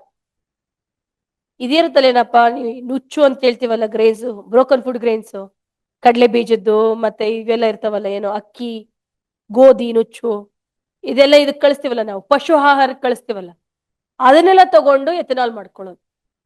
ಮತ್ತೆ ಹುಲ್ಲಿರುತ್ತಲ್ಲ, ಹೇ ಸ್ಟ್ರಾ ಅಂತ ಹೇಳ್ತೀವಲ್ಲ, ಬ್ಯಾಂಬೂ, ಇದೆಲ್ಲ ತಗೊಂಡು ಎಥನಾಲ್ ಮಾಡ್ಕೊಳಕ್ ಹೋದ್. ದನಗಳು ನಮ್ಮಲ್ಲಿ ಇಡೀ ವರ್ಲ್ಡ್ ಅಲ್ಲಿ ಹೈಯೆಸ್ಟ್ ಲೈಫ್ ಸ್ಟಾಕ್ ಇರೋದು ಇಂಡಿಯಾದಲ್ಲಿ. ಎಮ್ಮೆಗಳು ಫಸ್ಟ್, ಹಸುಗಳು ಸೆಕೆಂಡ್, ಅಲ್ವೇನ್ರಿ? ಸೊ ಹಾಗಾಗಿ ಫಾಡರ್ಗೋಸ್ಕರ ಅದು ಆಗಲ್ಲ. ಥರ್ಡ್ ಜನರೇಷನ್ಗೆ ಹೋಗಿದೆ. ಥರ್ಡ್ ಜನರೇಷನ್ ಅಲ್ಲಿ ಏನು? ಯಾವುದು? ಆಲ್ಗೆ.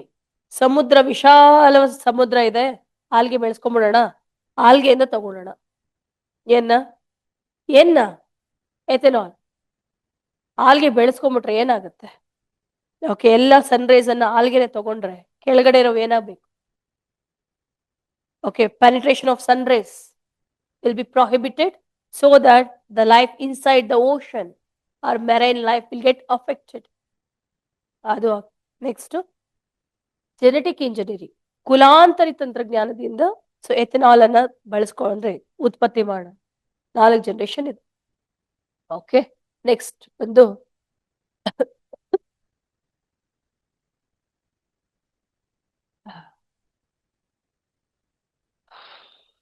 ಈಟ್ ವಲ್ನರಬಿಲಿಟಿ ಅಂತ.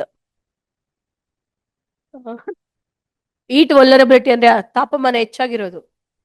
ಇಡೀ ವಿಶ್ವದಲ್ಲಿ ಅತಿ ಹೆಚ್ಚು ತಾಪಮಾನ ಎಲ್ಲಿ, ಯಾವ ದೇಶ? ಬೇಜಾರ್ ಏನಂದ್ರೆ ಆಕ್ಸ್ಫರ್ಡ್ ಯೂನಿವರ್ಸಿಟಿ ತಂದಿರೋದು ತಾಪಮಾನ ಟಾಪ್ 100 ಅಲ್ಲಿ 50 ಸಿಟಿಗಳು ನಮ್ದೆ. ಹೌ ಬ್ಯಾಡ್? ನಾವು ಟ್ರಾಪಿಕಲ್ ರೀಜನ್ ಅಲ್ಲಿ ಬರೋದು, ಈಕ್ವಟೋರಿಯಲ್ ಅಲ್ಲೂ ಅಲ್ಲ, ಟ್ರಾಪಿಕಲ್ ಬರ್ತೀವಿ. ಆದ್ರೂ ಕೂಡ ಸಬ್ ಟ್ರಾಪಿಕಲ್ ಇನ್ಫ್ಯಾಕ್ಟ್, ಆದ್ರೂ ಕೂಡ ಹೈಯೆಸ್ಟ್ ಈ ಒಂದು ಹಾಟೆಸ್ಟ್ ಸಿಟೀಸ್. ಯಾಕೆ ಹೀಟ್ ಯಾಕೆ ಜಾಸ್ತಿ ಆಗುತ್ತೆ? ಯಾಕೆ ಜಾಸ್ತಿ ಆಗುತ್ತೆ? Global warming effect. ಕಾರಣ ಯಾರು?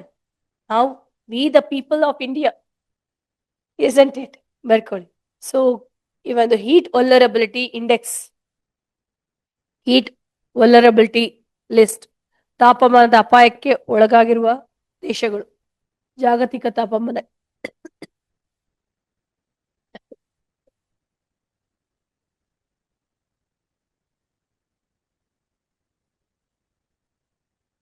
ಜಾಗತಿಕ ತಾಪಮಾನದ ಅಪಾಯಕ್ಕೆ ಒಳಗಾಗಿರುವ ದೇಶಗಳು, ಆಕ್ಸ್ಫರ್ಡ್ ವಿಶ್ವವಿದ್ಯಾಲಯದ ವರದಿಯಂತೆ, based on the Oxford university report. Okay, ಪ್ರಪಂಚದ ಅಥವಾ ಜಗತ್ತಿನ 50 ತೀವ್ರ ತಾಪಮಾನದ ಅಪಾಯಕ್ಕೆ ಒಳಗಾಗಿರುವ ನಗರಗಳ ಪೈಕಿ, ಪ್ರಪಂಚದ 50 ತೀವ್ರ ಅಪಾಯಕ್ಕೆ ಒಳಗಾಗಿರುವ ನಗರಗಳ ಪೈಕಿ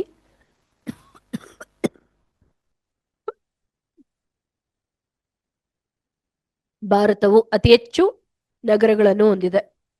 50 14 ನಮ್ಮವೆ ಅಂತ. ಓಕೆ, ಸೊ ನೋಡಿ, ಫಸ್ಟ್ ತುಂಬಾ ಈ ಒಂದು ಹೀಟ್ ವಲ್ನರಬಲ್ ಸಿಟಿ ಅಂತಂದ್ರೆ ಅಲ್ ಬಸ್ರಾ. ಎಲ್ಲಿರೋದು? ಅಲ್ ಬಸ್ರಾ.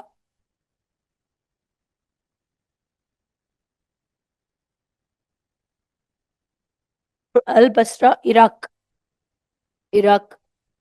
ಅಹಮದಾಬಾದ್ ಸೆಕೆಂಡ್ ಪ್ಲೇಸ್ ಅಲ್ಲಿ. ಇವೆಲ್ಲ ಎಲ್ಲಿ ತರ್ಬೇಕು ಗೊತ್ತಾ ನೀವು? ನೆಕ್ಸ್ಟ್ ಮೇನ್ಸ್ ಬರೆಯೋರು ನೀವೆಲ್ಲ. ಜಾಗತಿಕ ತಾಪಮಾನ ಅಂತಿದೆಯಲ್ಲ, ಎಕಾಲಜಿ, ಆಕ್ಸ್ಫರ್ಡ್ ಯೂನಿವರ್ಸಿಟಿ ರಿಪೋರ್ಟಿಂಗ್ ಹೇಳುತ್ತೆ. They find something new in your answer. ಎಲ್ಲರೂ ಮಕ್ಕಿ ಅದೇ ಪ್ಯಾರಿಸ್ ಪ್ರೋಟೋಕಾಲ್, ಕ್ಯೋಟೋ ಪ್ರೋಟೋಕಾಲ್ ಬರ್ಕೊಂಡು ಹೋಗಿರ್ತಾರೆ. You just put the evidence. Yes, global warming, our temperature is increasing. Okay, India is most affected. ಕೇಳ್ತಾರೆ ಯಾಕೆ ಭಾರತ ಯಾವ ರೀತಿ ಒಂದು ಜಾಗತಿಕ ತಾಪಮಾನಕ್ಕೆ ಒಳಗಾಗಿದೆ, ಪರಿಣಾಮಗಳೇನು ಅಂದಾಗ ಈ ರೀತಿ ಹೀಟ್ ವಲ್ನರಬಿಲಿಟಿ ಒಂದು ಸೂಚ್ಯಂಕದ ಪ್ರಕಾರ ಪಟ್ಟಿಯಲ್ಲಿ 14 ನಗರಗಳು ನಮ್ಮ ಭಾರತವೇ ಇದ್ದಾವೆ. ಓಕೆ, ಸೊ ಅಷ್ಟೇ ಅಲ್ಲದೆ ಅತಿ ಹೆಚ್ಚು ಬಡತನವನ್ನ ಹೊಂದಿರುವಂತಹ ದೇಶ. ಬಡವರು ಜಾಸ್ತಿ ಇದ್ದಾರೆ. ಗ್ಲೋಬಲ್ ವಾರ್ಮಿಂಗ್ ಇಂದ ಅಫೆಕ್ಟ್ ಆಗೋದು ಯಾರು ಹೇಳಿ ನೋಡೋಣ? ಬಡವರು. ಯಾಕೆ?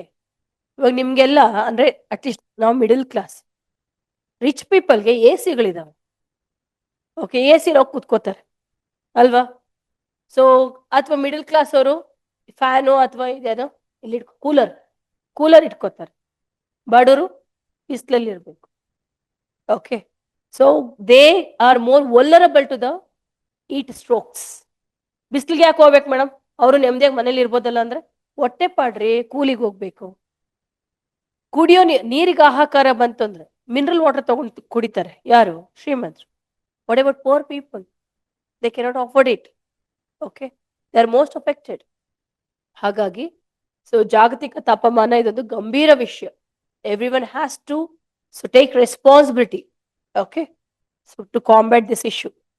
Next ಬಂದು ಮೂರನೇದು ಬಂದು ಮಾಲಿ, ಬೊಮ್ಯಾಕೋ ಮಾಲಿ ಮೂರನೇ ಪ್ಲೇಸ್ ಅಲ್ಲಿ. ಬೊಮ್ಯಾಕೋ ಮಾಲಿಯಲ್ಲಿದೆ. ಟಾಪ್ 3 ಸಾಕ್.